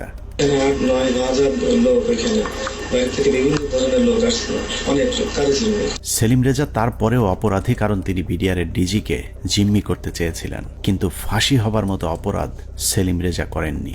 আওয়ামী লীগ নেতাদেরকে বাঁচাতেই সেলিম রেজার বিরুদ্ধে ফাঁসির রায় দিয়ে তাকে হত্যার পরিকল্পনা করা হয়েছিল। আমি এটা সমতুল্য অফিসারদের জিম্মি করার উদ্দেশ্য নিচ্ছে, কিন্তু হত্যা করার উদ্দেশ্য ছিল না, কাউকে মারার উদ্দেশ্য ছিল না। তো সেই তখন ওই মুহূর্তে আমি তাদেরকে সেভ করতে পারি, বাঁচাতে পারি। এরপরে এসকালের ঘাট থেকে যারা ছিল তাদের চুল লম্বা লম্বা ছিল, পরশুরাম দেওয়ান আমাকে দেশের কোনো সহি বলে আমার মনে হচ্ছিল না। দেখে ডিজি সাহেব সহ আমাকে গুলি করে।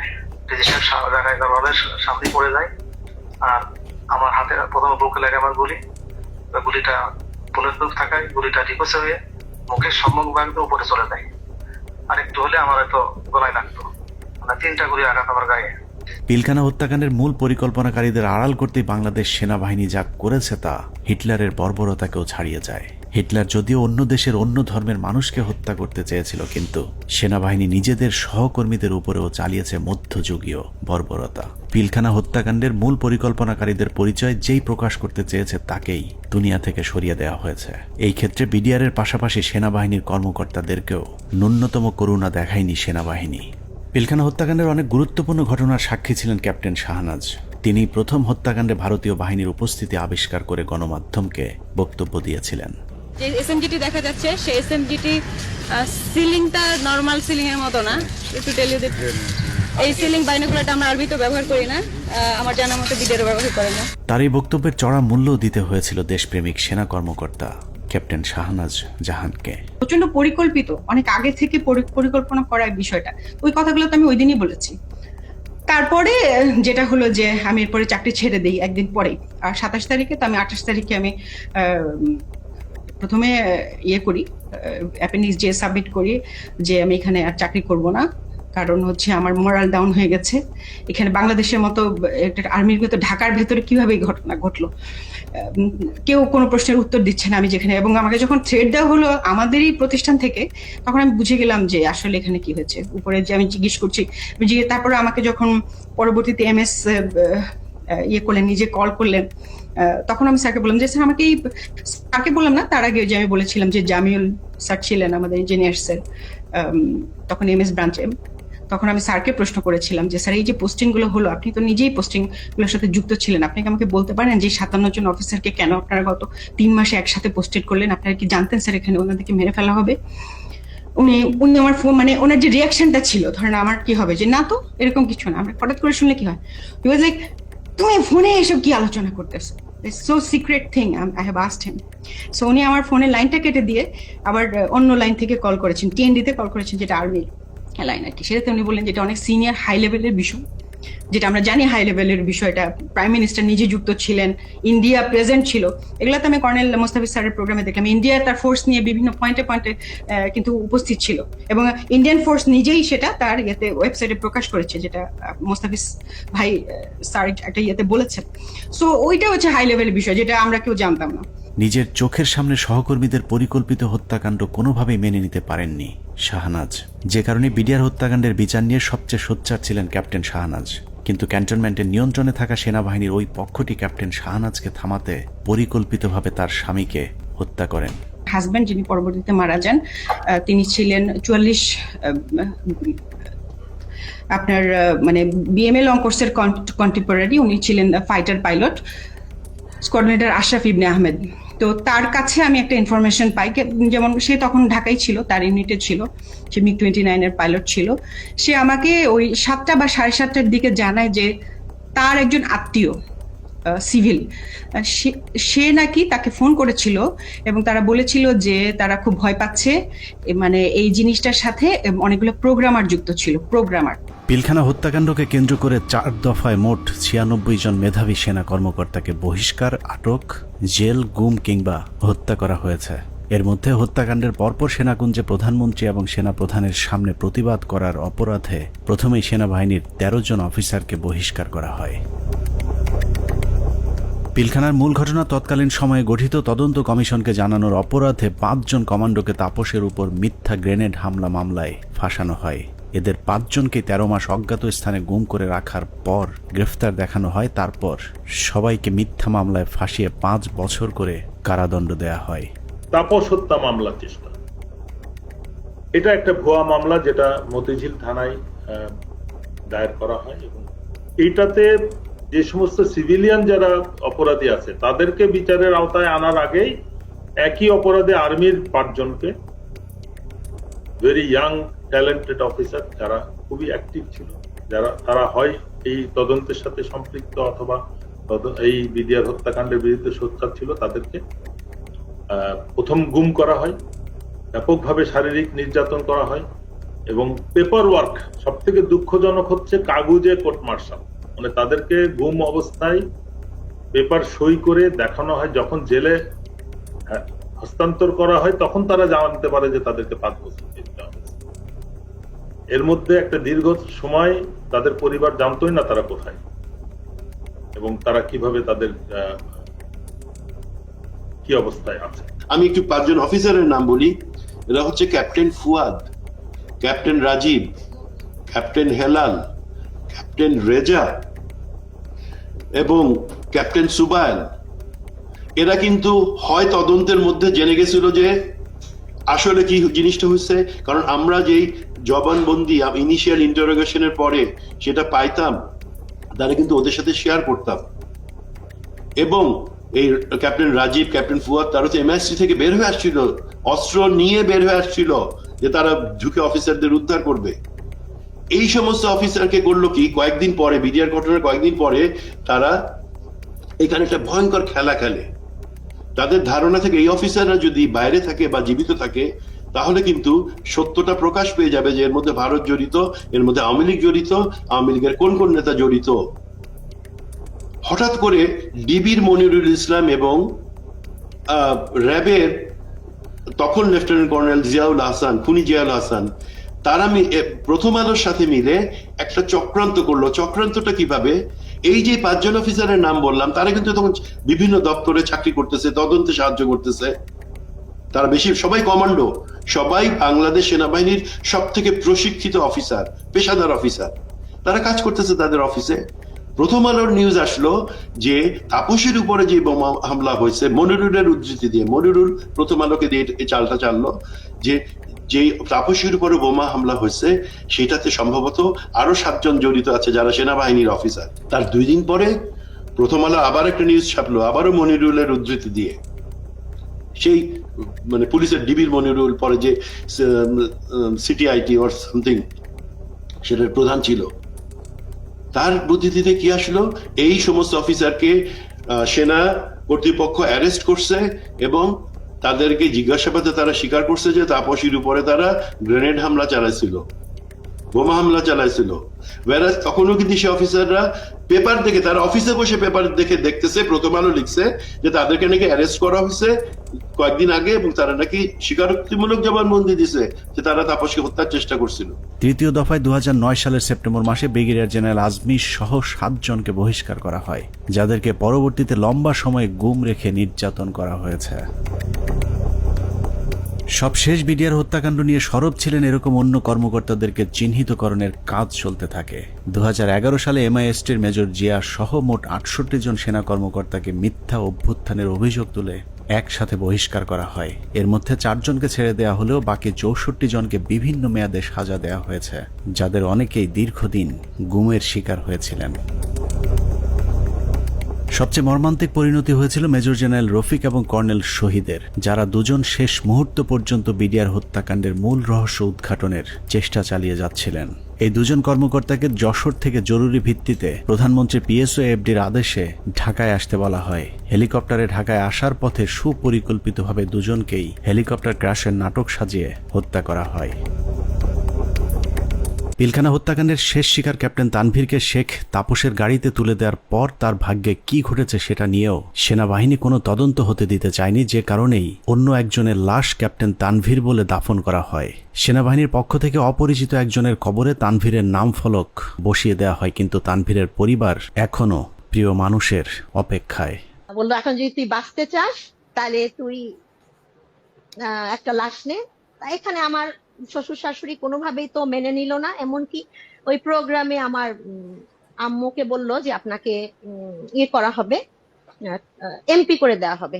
আমার আম্মু ওখানে দাঁড়ালোই না। হ্যাঁ, আমার আম্মু চলে আসলো, 2টা ডেড বডি দাফন হলো। তো মেজর গাজ্জালি ভাইয়ের একটা লাশ দাফন হলো 653 নাম্বার, ওনার কবরটা।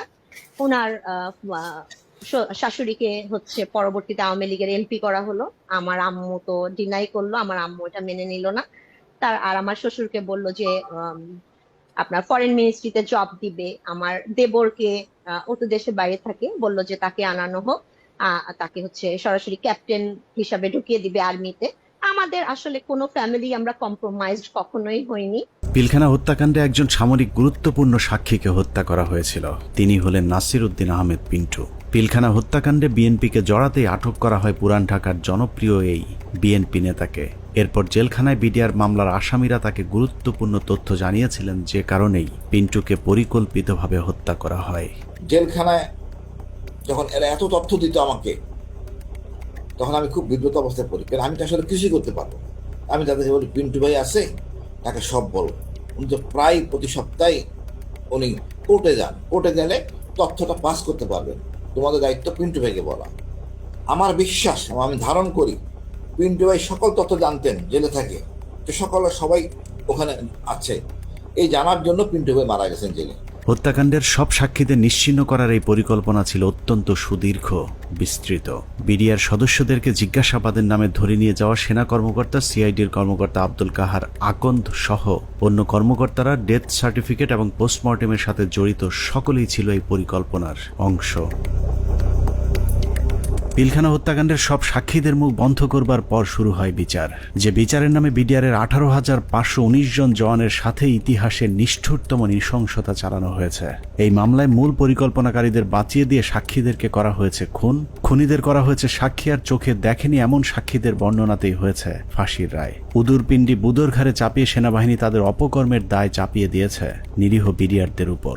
বিচারের নামে বিডিআরের উপর কতটা অবিচার করা হয়েছে তা দেখতে আমরা 2-1 ফাঁসির আসামির বিচারের নমুনা তুলে ধরলেই সবকিছু দিনের মতো পরিষ্কার হয়ে যাবে, যার শুরুটা করব পিলখানা হত্যা মামলার 1 নম্বর আসামিকে দিয়ে। অনুসন্ধানের শুরুতেই ডিএডি সৈয়দ তৌহিদের কথা বলেছিলাম, যিনি পিলখানা হত্যা মামলার 1 নম্বর আসামি। বলা হয়েছে পিলখানা হত্যাকাণ্ডের মূল পরিকল্পনাকারী তিনি। তার ব্যাপারে একটা গল্প সাজানো হয়েছিল। ডিএডি তৌহিদ নাকি ছিলেন জাহাঙ্গীর কবির নানকের বাল্যবন্ধু, তার সাথে মিলেমিশেই ঘটানো হয়েছে পিলখানা হত্যাকাণ্ড। এখন প্রশ্ন হলো, নানকের সাথে মিলেমিশে যদি ডিএডি তৌহিদ হত্যাকাণ্ড ঘটিয়ে থাকেন, তাহলে তৌহিদের যদি ফাঁসি হয়, নানক কিভাবে বেঁচে গিয়েছিলেন?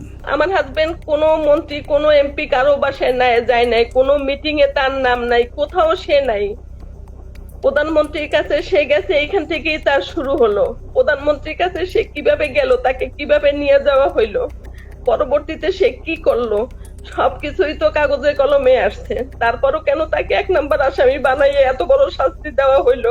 ভারতের পরিকল্পনার শেখ হাসিনার পরিচালনায় পিলখানায় যে নাটক মঞ্চস্থ করা হয়েছিল সেই নাটকে 25 তারিখ বিকেলের শুটিংটুকু বাদ দিলে পুরো নাটকে ডিএডি তৌহিদকে আর কোথাও দেখা যায়নি। তৌহিদ যখন প্রধানমন্ত্রীর আদেশে বিডিআরের ডিজি হয়েছিলেন সেই সময়টাতে তৌহিদের পরিবার জিম্মি হয়েছিল পিলখানায় আসা বহিরাগত সন্ত্রাসীদের হাতে। দরজা ভেঙে ফেলে আমার দিকে এবং আমার ছেলে মেয়ের দিকে অস্ত্র তাক করে আবার একইভাবে তারা বাসার ভিতরে আপনার খুঁজতে থাকে আমার হাজবেন্ডকে। পরবর্তীতে আমি আমার হাজবেন্ডকে আমি ফোন দিয়ে বলি যে এইভাবে বিদ্রোহীরা আমার বাসায় আসতেছে, বিডিআর এর পোশাক পরা, মুখোশ পরা, আমি তো চিনি না, এরা তোমার ঠিকানা জানতে চায়, না জানাই দিলে আমাদেরকে মেরে ফেলবে, হুমকি দিতেছে।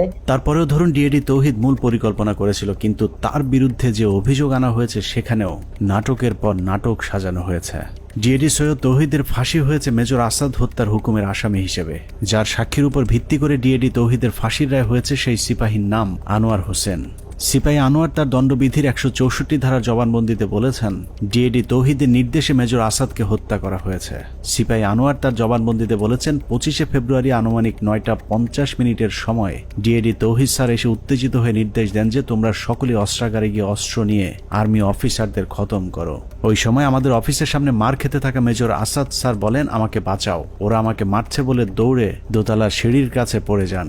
আমি এই দৃশ্য দেখে খুব দ্রুত তার কাছে যাই, তখন তিনি বলেন আমি মেজর আসাদ, ওরা আমাকে মেরে ফেলবে, আমাকে একটু বাঁচাও ভাই, আমাকে উপরে নিয়ে চলো। আমি তখন মেজর আসাদ স্যারকে ধরে উপরে দোতলায় সিও সাহেবের অফিসে নিয়ে যাই। এর কিছুক্ষণ পরে ডিএডি তৌহিদ ওখানে আসেন এবং আসাদ স্যারকে দেখে তাহাদের ফিনিশ বলে রুম থেকে বের হয়ে যায়। সঙ্গে সঙ্গে হাবিলদার বেলায়েত, নায়েক আসাদ, সিপাহী আমিনার মেজর আসাদ স্যারকে গুলি করে হত্যা করে চলে যায়। আমি টেবিলের নিচে লুকিয়ে থাকা অবস্থায় অস্ত্রধারীদের গুলিতে আহত হই। সিপাহী আনোয়ারের সাজানো গোছানো এই স্ক্রিপ্টটি শুনে অবিশ্বাস করার কোনো উপায় নেই, কিন্তু সমস্যা হলো হাসিনার পরিচালিত নাটকে যেই ডিএডি তৌহিদকে দিয়ে মেজর আসাদকে হত্যা করানো হয়েছে সেই ডিএডি তৌহিদকে আমরা নাটকের অন্য আরেক জায়গায় আবিষ্কার করেছি। 4 তলায় নিয়ে গেল, টয়লেটের মধ্যে ডিএডি তৌহিদ লুকায় আছে। তাই তুমি কি দরবার হলে ছিল না? ও বলল না স্যার আমি দরবার হলে ছিলাম না। লেফটেন্যান্ট কর্নেল কামরুজ্জামান বিডিআর হত্যাকাণ্ডে বেঁচে ফেরা আর্মি অফিসারদের মধ্যে একজন, যার চোখের সামনে বিডিআর এর ডিজি সহ বেশ কয়েকজন কর্মকর্তাকে গুলি করে হত্যা করা হয়, যেই গুলিতে তিনি নিজেও আহত হয়েছিলেন। ডিজি মহোদয় জাস্ট ফার্স্ট স্টেপটা দিলেন, এসে ডিজিকে প্রথমে গুলি করলেন। আমারও একটা গুলি লাগলো এখানে এসে। পিলখানা হত্যাকাণ্ডের অন্যতম সাক্ষী লেফটেন্যান্ট কর্নেল কামরুজ্জামান 25 ফেব্রুয়ারি তার সাথে ঘটে যাওয়া রোমহর্ষক অভিজ্ঞতার বর্ণনা দিয়েছেন। তার দেয়া সেই জবানবন্দিতে সকাল 9টা থেকে ধারাবাহিক ঘটনা প্রবাহ পড়তে পড়তে দুপুর 2টায় গিয়ে আটকে উঠি, কারণ কিছুক্ষণ আগে সিপাহী আনোয়ারের বর্ণনায় যে ডিএডি তৌহিদের কথা বলা হয়েছে সেই ডিএডি তৌহিদ সম্পর্কে মেজর কামরুজ্জামান যা লিখেছেন তা যেন বাংলা সিনেমার একই চরিত্রের double part. Lieutenant colonel Kamruzzaman তার 161-এর জবানবন্দিতে বলেছেন সকাল থেকে তাকে নানাভাবে অপমান, অপদস্থ, ভয়, ভীতি আর মারধরের পর কয়েকজন সিপাহীর সহায়তায় তিনি জীবন বাঁচান। তিনি বলেছেন কয়েকজন সিপাহীর হাত ঘুরে সবশেষ বিডিআর সদস্যরা তাকে সদর ব্যাটালিয়নের 4র্থ তলায় নিয়ে যায়। সেখানে গিয়েই তিনি বাথরুমের ভেতরে লুকানো অবস্থায় ডিএডি তৌহিদকে দেখতে পান। লেফটেন্যান্ট কর্নেল কামরুজ্জামানের তথ্য অনুযায়ী ডিএডি তৌহিদ কামরুজ্জামানকে বাথরুমের ভেতরে লুকানোর সুযোগ করে দিয়ে নিজে জীবনের ঝুঁকি নিয়ে বাইরে বসেছিলেন, আর সেটাই কাল হয়ে দাঁড়িয়েছিল ডিএডি সৈয়দ তৌহিদের। ডিএডি তৌহিদ বাথরুমের ভেতরে লুকিয়ে থাকলে বিদ্রোহীদের নেতা সেজে প্রধানমন্ত্রীর কাছে দেখা করতে যেতে হতো না। কামরুজ্জামানের বক্তব্য যদি সত্যি হয় তাহলে ডিএডি তৌহিদ নির্দোষ, আর যদি মিথ্যে হয় তাহলে লেফটেন্যান্ট কর্নেল কামরুজ্জামানকেও গ্রেফতার করে জিজ্ঞাসাবাদ করতে হবে, কারণ দুজনের বক্তব্যই একই সাথে সত্য হওয়া সম্ভব নয়। ডিএডি তৌহিদ কিভাবে বিদ্রোহীদের নেতা হয়ে প্রধানমন্ত্রীর সাথে দেখা করতে গিয়েছিলেন সেই বর্ণনা খুঁজে পেয়েছে আরেকজন ডিএডির 164 ধারার জবানবন্দিতে। ডিএডি আব্দুর রহিম তার জবানবন্দিতে বলেছেন পিকআপ হতে একজন সৈনিক আমাকে মন্ত্রী আসলে কথা বলার জন্য বললে আমি বলি ভেতরে আরো ডিএডি আছেন। এরপর আমি পিকআপ নিয়ে ডিএডি তৌহিদকে খুঁজতে যাই। সদর ব্যাটালিয়নের 4র্থ তলায় তৌহিদ সাহেবকে দেখতে পাই। তারপর তৌহিদ সাহেব বলেন বাথরুমে আমার প্রাক্তন sector commander lieutenant colonel Kamruzzaman sir লুকিয়ে আছেন। স্যারের সাথে দেখা করি, তারপর ডিএডি তৌহিদ সহ 4 নম্বর গেটে যাই। এভাবেই ডিএডি তৌহিদ পিলখানার কথিত বিদ্রোহের মূল পরিকল্পনাকারী হয়ে গেলেন। ডিএডি আব্দুর রহিম এবং লেফটেন্যান্ট কর্নেল কামরুজ্জামানের জবানবন্দিতে এটা পরিষ্কার যে ডিএডি তৌহিদ 25 তারিখ বিদ্রোহের নেতৃত্ব দেননি, বরং বাথরুমে লুকিয়েছিলেন। যে কারণে পিলখানার ঘটনায় কারো 164 কিংবা 161 ধারার জবানবন্দিতে দরবার হলের কোথাও ডিএডি তৌহিদকে দেখা গেছে এরকম দাবি করেননি। ডিএডি তৌহিদের বিরুদ্ধে যে মেজর আসাদ হত্যার অভিযোগ আনা হয়েছে, আমাদের অনুসন্ধানে সেই মেজর আসাদের পোস্টমর্টেম রিপোর্ট সংগ্রহ করেছিলাম, যেখানে দেখা যায় তার শরীরে ধারালো অস্ত্রের আঘাত পাওয়া গিয়েছিল। কিন্তু সিপাহী আনোয়ার তার জবানবন্দিতে বলেছেন ডিএডি তৌহিদের নির্দেশে হাবিলদার বেলায়েত, নায়েক আসাদ এবং সিপাহী আমিনার 3 জন মিলে গুলি করে মেজর আসাদকে হত্যা করেন। মেজর আসাদের মৃত্যুর বিবরণের কোথাও ধারালো অস্ত্রের ব্যবহারের কথা বলা হয়নি। এখানে আমার হাজবেন্ডের কি অপরাধটা এখানে দেখেন, সে তো পালাইয়া যায় নাই, সে তো কাউকে খুন করে নাই, তার ফ্যামিলির ভিতরে ছিল, ওনাকে অমানবিক নির্যাতন করা হয়েছে। এমন কোন নির্যাতন নাই যে ওনাকে না করা হয়েছে। এখন শরীরের প্রতিটা অঙ্গ প্রত্যঙ্গ ড্যামেজ হয়ে যাইতেছে আস্তে আস্তে। শেখ হাসিনার কাছে নিয়ে যাওয়া প্রতিনিধি দলের আরেক সদস্য ডিএডি মোহাম্মদ আব্দুল জলিল শেখ। হসপিটাল ইউনিটের কোয়ার্টার মাস্টারে কর্মরত থাকা ডিএডি জলিল গোলাগুলির শব্দ শুনে হাসপাতালের অন্য সহকর্মীদের সাথে সিগন্যাল মেসের ভেতরে অবস্থান নিয়েছিলেন। সেখান থেকে বিকেলে প্রধানমন্ত্রীর সাথে সাক্ষাতের জন্য তাকে জোর করে নিয়ে যাওয়া হয়। মুখোশধারী সৈনিক আব্বুকে ধরে গাড়িতে তুলে 4 নম্বর গেটে নিয়ে আসে প্রধানমন্ত্রীর সাথে দাবি দেওয়া নিয়ে আলোচনা করার জন্য। আব্বু সেখানে যেতে না চাইলে আব্বুকে মারধর করা হয় এবং হুমকি দেওয়া হয় যে এখানে তাকে গুলি করে হত্যা করা হবে। 3:30টার দিকে আব্বু আম্মুর ফোনে কল দেন, কল দিয়ে বলেন আব্বুকে যমুনায় নিয়ে যাওয়া হচ্ছে। আমার ছেলে মেয়েগুলো দায়িত্ব তোমার কাছে দিয়ে গেলাম, আমার ছেলে মেয়েগুলোকে দেখে রেখো। ঘটনার পর থেকে 2 মাস গুম করে রাখার পর ডিএডি জলিলকে গ্রেফতার দেখানো হয়েছিল। এই 2 মাসে জলিলের হাত পায়ের 10 আঙুলের সবগুলো নখ উপড়ে ফেলা অবস্থায় আদালতে তোলা হয়। সেই থেকে 2 পা সোজা করে আর হাঁটার সৌভাগ্য হয়নি ডিএডি আব্দুল জলিল শেখের। র্যাব 1-এ নিয়ে অমানসিক নির্যাতন করা হয়। আব্বুর হাত পায়ের নখ উঠাই ফেলা হয়, থেতলে আঙুলগুলো থেতলে ফেলা হয়, পায়ের নখে সুচ ঢুকানো হয়, কারেন্টের শর্ট দেওয়া হয়, পেনিসে। ডিএডি জলিলকে যাদের সাক্ষীর উপর ভিত্তি করে ফাঁসি দেওয়া হয়েছে সেখানে বেশিরভাগ সাক্ষী বলেছে টেলিভিশনে দেখেছি, পত্রিকায় পড়েছি বা অমকের কাছে শুনেছি, কিন্তু কেউ ডিএডি জলিলকে কোথাও কাউকে হত্যা, লুটপাট কিংবা ধর্ষণ করতে দেখেননি। এসব সাক্ষীদের একজন মেজর জায়েদি। তিনি জানিয়েছেন কিভাবে তাকে ডিএডি জলিলের বিরুদ্ধে সাক্ষ্য দেওয়ানো হয়েছে। তাকেও আমি উক্ত এলাকায় দেখেছিলাম এবং আমি শনাক্ত করতে পেরেছিলাম, বাট তার নাম জানতাম না। জেনারেল আজিজ, তদানীন্তন Dhaka sector commander colonel Aziz আমাকে জানিয়েছিলেন উক্ত অফিসারের নাম ডিএডি জলিল। তার মুখ ভর্তি দাড়ি ছিল, চাপা দাড়ি। দাড়িওয়ালা এক ব্যক্তিকে ডিএডি আব্দুল জলিল বানিয়ে ফাঁসি দিয়ে দেওয়া হয়েছে, অথচ আমাদের হাতে 2009 সালে পিলখানা হত্যাকাণ্ডের দিনের একটি ভিডিওতে দেখা যায় ডিএডি জলিলের মুখে কোনো দাড়ি নেই। এখন প্রশ্ন আসতে পারে, পিলখানা হত্যাকাণ্ডের সাথে কি তাহলে কোনো বিডিআর সদস্য জড়িত ছিল না? অবশ্যই ছিল, কিন্তু যারা জড়িত ছিল তাদেরকে এই মামলায় শাস্তি দেওয়া সম্ভব নয়, কারণ মামলার মূল উদ্দেশ্যই ছিল পিলখানা হত্যাকাণ্ডের বাকি কাজ সম্পন্ন করা। এখানে সিপাহী মাহিন এবং লেদার লিটনের মতো হত্যার মূল পরিকল্পনার সাথে জড়িত আসামিকে ভারতে পাঠিয়ে দেওয়া হয়েছে। লেদার লিটনের বাবা সাবেক সুবেদার এবং আওয়ামী লীগ নেতা তোরাব আলীকে সুনির্দিষ্ট অভিযোগ থাকার পরেও ছেড়ে দেওয়া হয়েছিল। অন্যদিকে যারা শুধুমাত্র বিডিআর এর ডিজিকে জিম্মির পরিকল্পনার সাথে জড়িত কিন্তু হত্যাকাণ্ডের পরিকল্পনার কথা জানতেন না, তাদের বেশিরভাগকে জিজ্ঞাসাবাদের নামে হত্যা করা হয়েছে।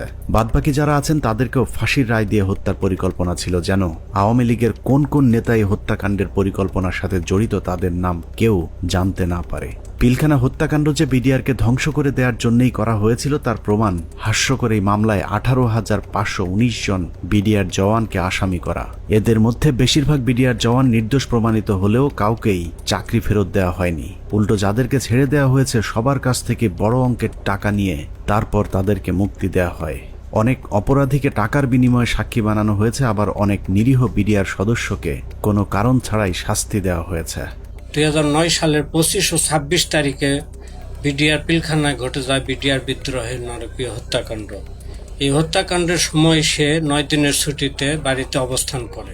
সে ছুটিতে থাকার কারণে তাকে সেই অভিযুক্তের বাইরে রাখা হয়। পরবর্তীতে সিআইডি দীর্ঘ 7 মাস পর 2009 সালে সেপ্টেম্বর মাসের 10 তারিখে তাকে কর্মরত অবস্থায় গ্রেপ্তার করে জেল হাজতে প্রেরণ করে। এই মামলার বিচার কার্য শুরু হয় বকশীবাজার আলিয়া মাদ্রাসা মাঠে। রায়ে তাকে যাবজ্জীবন কারাদণ্ড দেওয়া হলো। দীর্ঘ শুনানি শেষে 2017 সালে এই মামলার রায় প্রদান করা হয়। রায়ে আমার ছোট ভাই আতিকুর রহমানকে খালাস প্রদান করা হয়। তখন এই জামিনের বিরোধিতা করে রাষ্ট্রপক্ষ সুপ্রিম কোর্টে আপিল করে। এমতো অবস্থায় এখনো পর্যন্ত আমরা কোনোভাবে আমার ছোট ভাইয়ের মুক্তির কোনো ব্যবস্থা করতে পারিনি। আমার ছোট ভাই যে ছুটিতে ছিল, যে সে নির্দোষ, এটি সবকিছুতে প্রমাণ হয়ে গেছে। তাকে মুক্তি দেওয়া আমি মনে করি যে এটা সরকারের দায়িত্ব। এভাবেই চলেছে পিলখানা হত্যাকাণ্ডের বিচারের নামে অবিচার। আতিক থেকে তৌহিদ পিলখানা হত্যাকাণ্ডের বিচারের নামে 18,000 পরিবারের সাথে গেল 16 বছর যা হয়েছে তাই পৃথিবীর ইতিহাসে আর কখনোই হয়েছে কিনা আমাদের জানা নেই। মামলা, তদন্ত, জিজ্ঞাসাবাদ থেকে শুরু করে জবানবন্দি, কোথাও ন্যায় বিচার পায়নি বিডিআরের পরিবারগুলো। ফ্যামিলি ধ্বংস হওয়ার মতো যা যা দরকার সবকিছুই ঘটছে আপনার ফ্যামিলিতে। বাংলাদেশের ইতিহাসে যদি 5 আগস্ট না আসতো তাহলে বিডিআরের এই আর্তনাদ হয়তো উঁচু লাল দালানের বাইরের কেউ শুনতে পেত না। বিডিআরের পরিবার কারো করুণা চায় না, তারা চায় ন্যায় বিচার।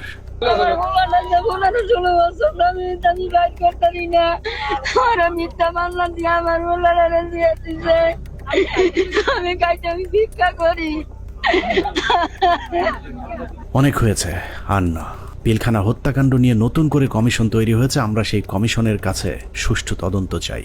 আমরা কমিশনের প্রতিদ্বন্দ্বী নই, বরং কমিশনের সুবিধার্থে আমরা পিলখানা হত্যাকাণ্ড নিয়ে গঠিত প্রথম তদন্তের সাথে জড়িত কয়েকজন কর্মকর্তার কিছু পর্যবেক্ষণ দিয়ে অনুসন্ধান শেষ করব। পিলখানা হত্যাকাণ্ডের পরের 2 সপ্তাহ সেনাবাহিনীর একটি অংশ সঠিকভাবে তদন্তের চেষ্টা করেছিল, কিন্তু সেই তদন্ত শেষ হবার আগেই তাদেরকে থামিয়ে দেওয়া হয়। আমি তদন্তকালে যেটা দেখলাম, কিছু বিষয় তদন্তে মনোযোগী হওয়ার কারণে কমিটির অন্যান্যরা আমাকে মোটামুটি একটা হোস্টাইল মেম্বার হিসেবে চিহ্নিত করে এবং অসহযোগিতা শুরু করে এবং আমার কার্যক্রমকে তারা ওপেনলি ডিসক্রেডিট করার চেষ্টা করে। এই পরিস্থিতিতে যখন তারা ব্যর্থ হয় তখন ব্রিগেডিয়ার রফিককে আমাদের তদন্ত কমিটির একজন সদস্য কোনো চাহিদা বা কোনো প্রয়োজন ছাড়াই আমার সিনিয়র তাকে সম্পৃক্ত করে, যেহেতু উনি সিনিয়র, উনি সম্পূর্ণ দায়িত্বটা নিয়ে নেন এবং পরবর্তীতে রিপোর্ট সাবমিট করেন। তদন্তকারী দল একটি বিষয় লক্ষ্য করেন যে পিলখানা হত্যাকাণ্ডে যাদেরকে হত্যা করা হয়েছে তাদের বেশিরভাগকে খুব সম্প্রতি বিডিআরে বদলি করা হয়েছিল। এই বদলির সাথে যারা সম্পৃক্ত ছিল তাদেরকে সন্দেহভাজন মনে করেন তদন্তকারী ওই সেনা কর্মকর্তারা। পিলখানা হত্যাকাণ্ডের বহুল আলোচিত নাম কর্নেল রেজা নূর, যিনি ঘটনার একদিন আগে একরকম জোর করে কর্নেল গুলজারকে র্যাব থেকে বিডিআরে পাঠান। পিলখানায় গন্ডগোলের খবর শুনে ঘটনাস্থলে যাওয়া প্রথম দলটি ছিল র্যাবের এডিজি রেজা নূর র্যাবের ওই দলটিকে পিলখানায় ঢুকতে বাধা দিয়েছিলেন। কর্নেল গুলজার ওই সময়টাতে র্যাবে পোস্টিং থাকলে পরিস্থিতি অন্যরকম হতে পারত। এইখানে মেইন গেটে শামসাররা ছিলেন, র্যাব 2 ছিল, মানে র্যাব 2 প্লাস হচ্ছে মানে শামসার অলরেডি বলেছেন যে মানে আয়ত্তের মধ্যেই ছিল, কিন্তু কোনোভাবেই অর্থাৎ রেজানুর খান স্যারের সঙ্গে উনি আবার মানে আমার আগের সিও ছিলেন, সেই হিসাবে স্যারের সঙ্গে আমারও কথা হয় যে স্যার এই ব্যাপার তো এটা আমরা ইয়ে করতে পারি, কোনোভাবেই মানে এটা অপারেশন করার কোনো মানে উনি কোনো পারমিশন দেননি। পিলখানা হত্যাকাণ্ডে শহীদদের একটা বড় অংশ ছিলেন যারা ভারতের সাথে ব্রহ্মমারি এবং পাদুয়া যুদ্ধে অংশ নিয়েছিলেন, যে কারণে তদন্তকারীদের সন্দেহ আরো প্রকট হয়। অতএব হঠাৎ করে এতগুলো পোস্টিং কি কারণে কেন হয়েছিল সেটা খতিয়ে দেখতে হবে। তখন আমি স্যারকে প্রশ্ন করেছিলাম যে স্যার এই যে পোস্টিং গুলো হলো, আপনি তো নিজেই পোস্টিং গুলোর সাথে যুক্ত ছিলেন, আপনি কি আমাকে বলতে পারেন যে 57 জন অফিসারকে কেন আপনারা গত 3 মাসে একসাথে পোস্টেড করলেন? আপনারা কি জানতেন স্যার এখানে ওনাদেরকে মেরে ফেলা হবে?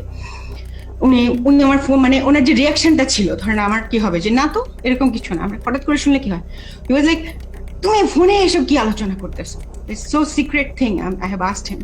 পিলখানা হত্যাকাণ্ডের সময় আওয়ামী লীগের ছোট একজন নেতা বড় ভূমিকা পালন করেছিল, যার নাম মির্জা আজম। সেনাবাহিনীর সূত্র মনে করে মির্জা আজমের বোন জামাই শায়েখ আব্দুর রহমানকে ফাঁসিতে ঝুলানোর প্রতিশোধ হিসেবেই পিলখানা হত্যাকাণ্ডে যুক্ত হয়েছিলেন মির্জা আজম। উল্লেখ্য, বাংলা ভাই এবং শায়েখ আব্দুর রহমানকে জঙ্গি আস্তানা থেকে গ্রেফতারের মূল নায়ক ছিলেন কর্নেল গুলজার, যে কারণে পিলখানা হত্যাকাণ্ডের পর গঠিত তদন্ত কমিটি মির্জা আজমকে বিভিন্ন বিষয় নিয়ে জিজ্ঞাসাবাদও করেছিল। এই অফিসারগুলো সবাই অপারেশনাল ছিল, অপারেশনাল সাউন্ড ছিল, তাদেরকে সেরকম আর্মি ইনস্টিটিউশনগুলোতে না দিয়ে কেন বিজিবিতে দেওয়া হলো? এটা তার মানে তারা জানতো। এখানে সামরিক সচিবকে জিজ্ঞেস করা উচিত যে আপনাকে কে নির্দেশ দিয়েছিল এই পোস্টিং অর্ডারগুলো দেওয়ার জন্য। সো তাদেরকে আসলে আওতায় আনা উচিত। তাপস, মির্জা আজম, র্যাপিড ডিজি, এডিজি, দেন সামরিক সচিব, ডিজিএফআই ডিজি, শেখ হাসিনা, মইনু আহমেদ, এরা প্রত্যেকেই ডাইরেক্টলি সম্পৃক্ত, কোনো সন্দেহ নেই। পিলখানা 3 ও 4 নম্বর গেটে আওয়ামী লীগের যে মিছিলটি হয়েছিল সেই মিছিলের নেতৃত্ব দেওয়া ব্যক্তিকে আটক করেছিল মেজর মনির, কিন্তু গুরুত্বপূর্ণ সেই আসামিকে কর্নেল সালেহ বাঁচিয়ে দেন। উল্টো ওই ব্যক্তিকে আটকের অপরাধে মেজর মনিরকে শাস্তি দেওয়া হয়। অতএব কর্নেল সালেহকে আটক করলেই জানা যাবে কেন তিনি সেই আসামিকে ছাড়িয়ে নিয়েছিলেন। ওই ছেলেটাকে যখন আমি আপনার অ্যারেস্ট করে নিয়ে আসছি, তো প্রতিমধ্যেই আমি একটা কাজ করেছিলাম, ওর স্বাভাবিক কারণে আমি তখন কথাবার্তা বলতে থাকি, জিজ্ঞাসাবাদ করতে থাকি। তো আমি তখন তাকে একটা তাৎক্ষণিক জিজ্ঞাসাবাদ করেছিলাম যে তোমাকে কি আদেশ দিয়েছিল মিছিল করার জন্য। তো ছেলেটা খুব স্বাভাবিকভাবে বললো যে আমাকে তো ভাই বলছে। ভাই মানে কোন ভাই? বললো যে তাপস ভাই আমারে বলছে যে তুমি একটা মিছিল নিয়ে ঢুকবা। তো আমি তো সেই ওনার কথা অনুযায়ী তো কথা বলতে পারি না, বলছে তো আমাকে করতে হয়। তো আমি তখন একটা মিছিল নিয়ে ওখানে ঢুকলাম, কিন্তু মিছিল নিয়ে ঢুকে যখন আমি বের হয়ে যাই, তো তখন ওই মিছিলের সাথে দেখলাম আমাদের যুবলীগের অনেক ছেলে পেলে, আমাদের এলাকার নেতাকর্মী তখন আমার মিছিলের সাথে বের হয়ে আসলো। পিলখানার লগবুক অনুযায়ী ঘটনার দিন সকাল 6:30 পিলখানার ভেতরে প্রবেশ করেন এবং 7টায় বেরিয়ে আসেন তৎকালীন শিল্পমন্ত্রী দিলীপ বড়ুয়া। আধা ঘন্টার সময় তিনি কাদের সাথে কি কথা বলেছেন সেটা বের করতে হবে। আওয়ামী লীগের সাবেক আরেক এমপি মুশতাক আহমেদ রুহির সরাসরি হত্যাকাণ্ডে জড়িত থাকার প্রমাণ পেয়েছিল সেনাবাহিনীর ওই তদন্তকারী দলটি, যে কারণে তাকে উত্তরা থেকে গ্রেফতার করেছিলেন র্যাব 1-এর সিও মেজর মনির, কিন্তু আটকের কয়েক ঘন্টার মধ্যেই তাকে ছাড়তে বাধ্য করা হয়।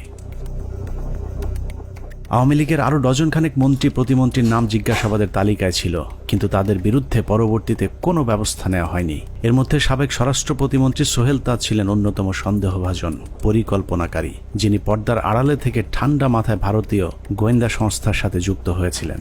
সেনাবাহিনী সূত্র জানিয়েছে সোহেল তাজ পিলখানা হত্যাকাণ্ডের আগে বিদেশে যাবার কথা বললেও সে ঢাকা বিমানবন্দর থেকে সিলেটে গিয়ে সেখান থেকে আবারও হেলিকপ্টারে ঢাকায় ফেরত আসেন। পিলখানার ঘটনায় ভারতের সাথে যোগাযোগ রক্ষায় গুরুত্বপূর্ণ ভূমিকা পালন করেছেন সোহেল তাজ। তদন্ত কমিটি সোহেল তাজের পাসপোর্ট চেক করলেই প্রমাণ হয়ে যাবে তিনি আদৌ ওই সময়টাতে দেশের বাইরে অবস্থান করেছিলেন কিনা। পিলখানা হত্যাকাণ্ডের মতো এত ভয়ঙ্কর একটি সরকারি পরিকল্পনার সময় সোহেল তাজ কোথায় ছিলেন, তার ভূমিকাই বা কি ছিল তা পরিষ্কার হওয়া প্রয়োজন। বলা হয়ে থাকে সোহেল তাজ ঠিক ঘটনার আগে দেশের বাইরে অবস্থান করছিলেন। যদি সেটাও হয়ে থাকে তাহলে তিনি হঠাৎ করে কেন দেশের বাইরে চলে গেলেন? হত্যাকাণ্ডের এই পরিকল্পনা তিনি দেশবাসীকে না জানিয়ে কেন আত্মগোপনে ছিলেন সেটাও খতিয়ে দেখা প্রয়োজন। রাজনৈতিক সম্পৃক্ততাটা স্পষ্ট হয়ে যায় আস্তে আস্তে। এর মধ্যে সব থেকে বেশি ইনভলভ ছিলেন ব্যারিস্টার তাপস, হাজারীবাগ এলাকার এমপি নির্বাচিত হন যিনি। এছাড়া আর যারা ছিলেন, নানক আজম, অ্যাডভোকেট কামরুল, শেখ সেলিম, সোহেল তাজ, ওয়ারেসাত বেলাল, রুহি, দেন মাহবুবা রাগিনী, শেগুপ্তা ইয়াসমিন এমিলি এবং সুবেদার তোরাবালি অবসরপ্রাপ্ত বিজিআরের সদস্য। ভারতীয় পরিকল্পনার বাস্তবায়নের বাংলাদেশ প্রান্তে নেতৃত্ব দিয়েছেন স্বয়ং শেখ হাসিনা নিজে। সকাল থেকে শেখ হাসিনা 3 বাহিনীর প্রধানকে নিয়ে যমুনায় অবস্থান করেছেন। ভারতীয় পরিকল্পনা বাস্তবায়নে শেখ হাসিনা সার্বক্ষণিক ভারতের সাথে যোগাযোগ রক্ষা করেছেন এবং যে কোনো পরিস্থিতিতে শেখ হাসিনাকে বাঁচানোর জন্যও ভারতীয় এয়ারফোর্স প্রস্তুত ছিল বলে প্রমাণ পেয়েছিল সেনা কর্মকর্তারা। 6 প্যারাশুট রেজিমেন্ট, এটা হচ্ছে গিয়ে, এটার লোকেশন হচ্ছে গিয়ে আপনার কলকাতায় কালীকুমুন্দ এয়ারপোর্টে, এয়ার স্ট্রিপে। ওরা স্পিয়ার হেডের নিরাপত্তায় থাকে। ওইখানে একটা কোম্পানি ছিল, ওই কোম্পানি কমান্ডার ছিলেন মেজর কামালদীপ সিং। তাদের একটা রেজিমেন্ট, প্যারাশুট রেজিমেন্ট, 5টার সময় যখন তারা রেডি হয় একটা কোম্পানি, 8টার মধ্যে তাদের একটা ফুল রেজিমেন্ট রেডি হয়। যে রেজিমেন্ট পরবর্তী আমরা জানতে পারি যে ওই রেজিমেন্টের এইম ছিল ঢাকা এয়ারপোর্ট, তেজগাঁও এয়ারপোর্ট এবং গণভবনে অপারেশন করা এবং নিরাপদভাবে তখনকার স্বৈরাচারী প্রাইম মিনিস্টারকে এক্সট্রিকেট করার জন্য। সবশেষ পিলখানা হত্যাকাণ্ডের পরিকল্পনা বাস্তবায়ন এবং হত্যাকাণ্ডের ধামাচাপা দেওয়ার দায়িত্বে যারা ছিল তাদের সবাইকে গ্রেফতার করে বিচারের আওতায় আনতে হবে। সেনা প্রধান হিসেবে জেনারেল মঈনকে এর দায় অবশ্যই নিতে হবে, যিনি শেখ হাসিনার পাশে বসে পিলখানায় সেনা হত্যার ঘটনা পর্যবেক্ষণ করেছিলেন। পিলখানা হত্যাকাণ্ডে সরাসরি সম্পৃক্ত লেফটেন্যান্ট জেনারেল সিনা ইবনে জামালি, যিনি পিলখানার বিভিন্ন গেটে অবস্থান নেওয়া র্যাব ও সেনাবাহিনীর সদস্যদেরকে ভেতরে অভিযান চালাতে বাধা দিয়েছিলেন। তৎকালীন ডিজিএফআই এবং এনএসআই প্রধান দুজনেই এই পরিকল্পনার অংশ। বিশেষ করে ডিজিএফআই তৎকালীন মহাপরিচালক মেজর জেনারেল মোল্লা ফজলে আকবর হত্যাকাণ্ডের পর খুনিদের পিলখানা থেকে বের করে দেওয়ার বিষয়টি সেনাবাহিনীর চোখের সামনেই ঘটেছে। খুব নাটকীয়ভাবে বিডিআর এর ভেতরে বিভিন্ন ইলেকট্রিসিটি লাইন কেটে দিয়ে গেট খুলে দেওয়া হয় ইচ্ছা করে, যাতে সৈনিকরা পালিয়ে যেতে পারেন। তো সেই সময় আমি বলেছিলাম যে র্যাবের এক অফিসার ক্যাপ্টেন আশিক স্যার, যিনি ইঞ্জিনিয়ার্সে আমাদের সাথে ছিলেন, ক্যাপ্টেন আশিক স্যার আবার আমার সাথে 8 ইঞ্জিনিয়ার্সে চাকরি করেছেন রংপুর ক্যান্টনমেন্টে। এরপর ওনার র্যাবে পোস্টিং হয়, কিন্তু আমি স্যারকে চিনতাম। স্যার কিছু সৈনিককে যখন পালিয়ে যাচ্ছে উনি না বুঝে ওদেরকে ধরে নিয়ে আসেন পিকআপে করে, র্যাবের পিকআপে করে আমাদের আবাহনী মাঠে আসেন। তো ওইখানে কিছু ওই সময় একদম ফার্স্ট হ্যান্ড ওদের মুখ থেকে তো আমরা কিছু সাক্ষী কথাবার্তা শুনে ফেলতে পারি। এই ভয়ে আমি ধারণা করি যে ওখানে আমার মনে আছে যে এরকম অনেক অফিসাররা, অনেক সৈনিকরা আমরা দাঁড়িয়ে আছি, ওর মধ্যে স্যার আসলেন পিকআপে করে তাদেরকে নিয়ে। তখন ওই অন্ধকারের ভেতরে এদিকে তো আমরা খুব অস্থির, প্রচন্ড সবাই ইমোশনাল, কি হচ্ছে ভিতরে এগুলো নিয়ে যখন আমরা চিন্তা করছি বা কথা বলছি, সেই সময় দুজন সিনিয়র অফিসার ওনার দুইটা ক্যাম্প স্টুল নিয়ে এক জায়গায় বসায় এবং ওনাদেরকে দেখে খুবই শান্তই মনে হচ্ছে, খুব একটা যে ওনারা চিন্তিত বা পাইচারি করছেন এরকম না। তা আমি আবার আমার পরিচিত আরেক সিনিয়র স্যারকে বললাম যে স্যার এই স্যার দুজন কারা, যে একটু দূরে বসে আছে, বোঝা যায় যে অনেক সিনিয়র, আমাদের সিনিয়র লেভেলের কেউ হবেন, মেজর জেনারেল বা তার উপরে। উনি বললেন যে ওই যে ডান পাশে যাকে দেখতেছো উনি হচ্ছে ডিজিএফআই, আর ওই পাশে যে দেখতেছো বাম পাশে উনি ডিজিএনএসএল। এবং ডিজিএফআই যাকে বলেন উনি তখন উঠে এসে ইয়েকে বকাঝকা করেন ক্যাপ্টেন আশিক স্যারকে, যে তুমি কার পারমিশনে এদেরকে ধরে নিয়ে আসছো। পিলখানার বাইরে থেকে নির্বিঘ্ন হত্যাকাণ্ড চালাতে সহায়তা করেছেন ডিজিএফআই এর মামুন খালেদ, ব্রিগেডিয়ার জেনারেল ইমরুল কায়েস এবং কর্নেল সালেহ, সকলেই মাঠে থেকে পিলখানা হত্যাকাণ্ডের পরিকল্পনা বাস্তবায়ন করেছেন। ভেতরে লুকিয়ে থাকা বিভিন্ন কর্মকর্তাদের ফোন লোকেশন খুনিদেরকে দেওয়ার দায়িত্ব তারাই পালন করেছিলেন। 25 তারিখ রাতে 12টার দিকে হবে, আমি তখন মাঠে বসা, আমি ব্রিগেডিয়ার জেনারেল হাকিম, ইমরুল কায়েস ডাইরেক্টর সিটিআইবি, উনি তখন ওই মাঠে আসছিলেন। তো উনি মাঠে এসে বলল যে তোমাদের জানার মতো যদি কেউ থাকে, যে ভিতরে থাকে, তোমাদের কাছে কোনো ফোন আসে, তাহলে সেটা আমাদেরকে জানাও, কারা কারা কিভাবে কি আসে, তো সেটা আমরা জানিয়ে দিব। 44 রাইফেলস ব্যাটালিয়নের অধিনায়ক লেফটেন্যান্ট কর্নেল শামস পিলখানার ভেতরে থেকে মূল নেতৃত্ব দিয়েছেন। মূলত 44 নম্বর ব্যাটালিয়ন পুরো বিদ্রোহের নেতৃত্ব দিয়েছিল, যে কারণে পিলখানা হত্যাকাণ্ডে 44 রাইফেলস ব্যাটালিয়নের কোনো সেনা কর্মকর্তা ওই দিন মারা যায়নি। নিরীহ সিপাহীদেরকে মিথ্যা স্বপ্ন দেখিয়ে বিদ্রোহে অংশ নিতে উদ্বুদ্ধ করা লেফটেন্যান্ট জেনারেল শামস পিলখানা থেকে বাইরে এসেই শেখ হাসিনাকে ধন্যবাদ জানিয়েছিলেন, অথচ ভেতরে তখন 57 সেনা কর্মকর্তার বিকৃত লাশ পড়েছিল। পিলখানা হত্যাকাণ্ডের পুরস্কার হিসেবে লেফটেন্যান্ট কর্নেল শামসকে পরবর্তীতে সেনাবাহিনীর গুরুত্বপূর্ণ পদে পদায়ন করা হয়েছিল, যা অত্যন্ত রহস্যজনক। যে মাননীয় প্রধানমন্ত্রীর অ্যাড্রেসটা আসলে সেখানে এদের অস্ত্র জমা দেওয়ার ক্ষেত্রে একটা টনিক হিসাবে কাজ করেছে। আমি মাননীয় প্রধানমন্ত্রীকে আসলে ধন্যবাদ জানাবো। আমাদের হাতে আসা তথ্য বলছে 2009 সালের 25শে ফেব্রুয়ারি পিলখানার দরবার শুরুর ঘণ্টা তিনেক আগে সকাল 6টায় হঠাৎ করে বিডিআরের কেন্দ্রীয় কোতের দায়িত্ব পরিবর্তন করে মেজর রিয়াজকে দেওয়া হয়েছিল, যার বিরুদ্ধে পিলখানা হত্যাকাণ্ডে সম্পৃক্ত থাকার সুনির্দিষ্ট প্রমাণ পেয়েছিল তৎকালীন তদন্তকারী সেনা কর্মকর্তারা। তাকে দ্রুত গ্রেফতার করলে গুরুত্বপূর্ণ তথ্য পাওয়া যাবে। পিলখানা হত্যাকাণ্ডের 2 দিন পর ব্রিগেডিয়ার জেনারেল মইনুল ইসলামকে মেজর জেনারেল পদোন্নতি দিয়ে বিডিআরের ডিজি বানানো হয়েছিল। ডিজি হয়েই হত্যাকাণ্ডের সব আলামত নষ্টের পুরো দায়িত্ব পালন করেছিল মেজর জেনারেল মইনুল ইসলাম। পিলখানায় হত্যাকাণ্ড বাস্তবায়ন, তদন্তে বাধা, জিজ্ঞাসাবাদের নামে সৈনিক এবং সেনাবাহিনীর কর্মকর্তাদের নির্যাতনের দায়িত্ব পালন করেছে এমন আরও কয়েকজনের তালিকা আমাদের হাতে এসেছে। এদের মধ্যে র্যাব 2 এর তৎকালীন CO lieutenant colonel Salauddin Bir Protik, brigadier general Moazzem, brigadier Saidur Rahman, brigadier Mukim, colonel Imran Ibne Rouf, lieutenant colonel Sharafat, যারা 57 সেনা কর্মকর্তা হত্যার আসল রহস্য ধামাচাপা দিতে সেনাবাহিনীর 96 জন এবং বিডিআরের অসংখ্য পরিবারের উপর চরম জুলুম নির্যাতন চালিয়েছেন। 16 বছরে বিডিআরের এরকম অনেক পরিবার আছে যারা পেট বাঁচাতে রাস্তায় ভিক্ষা করতে নেমেছে।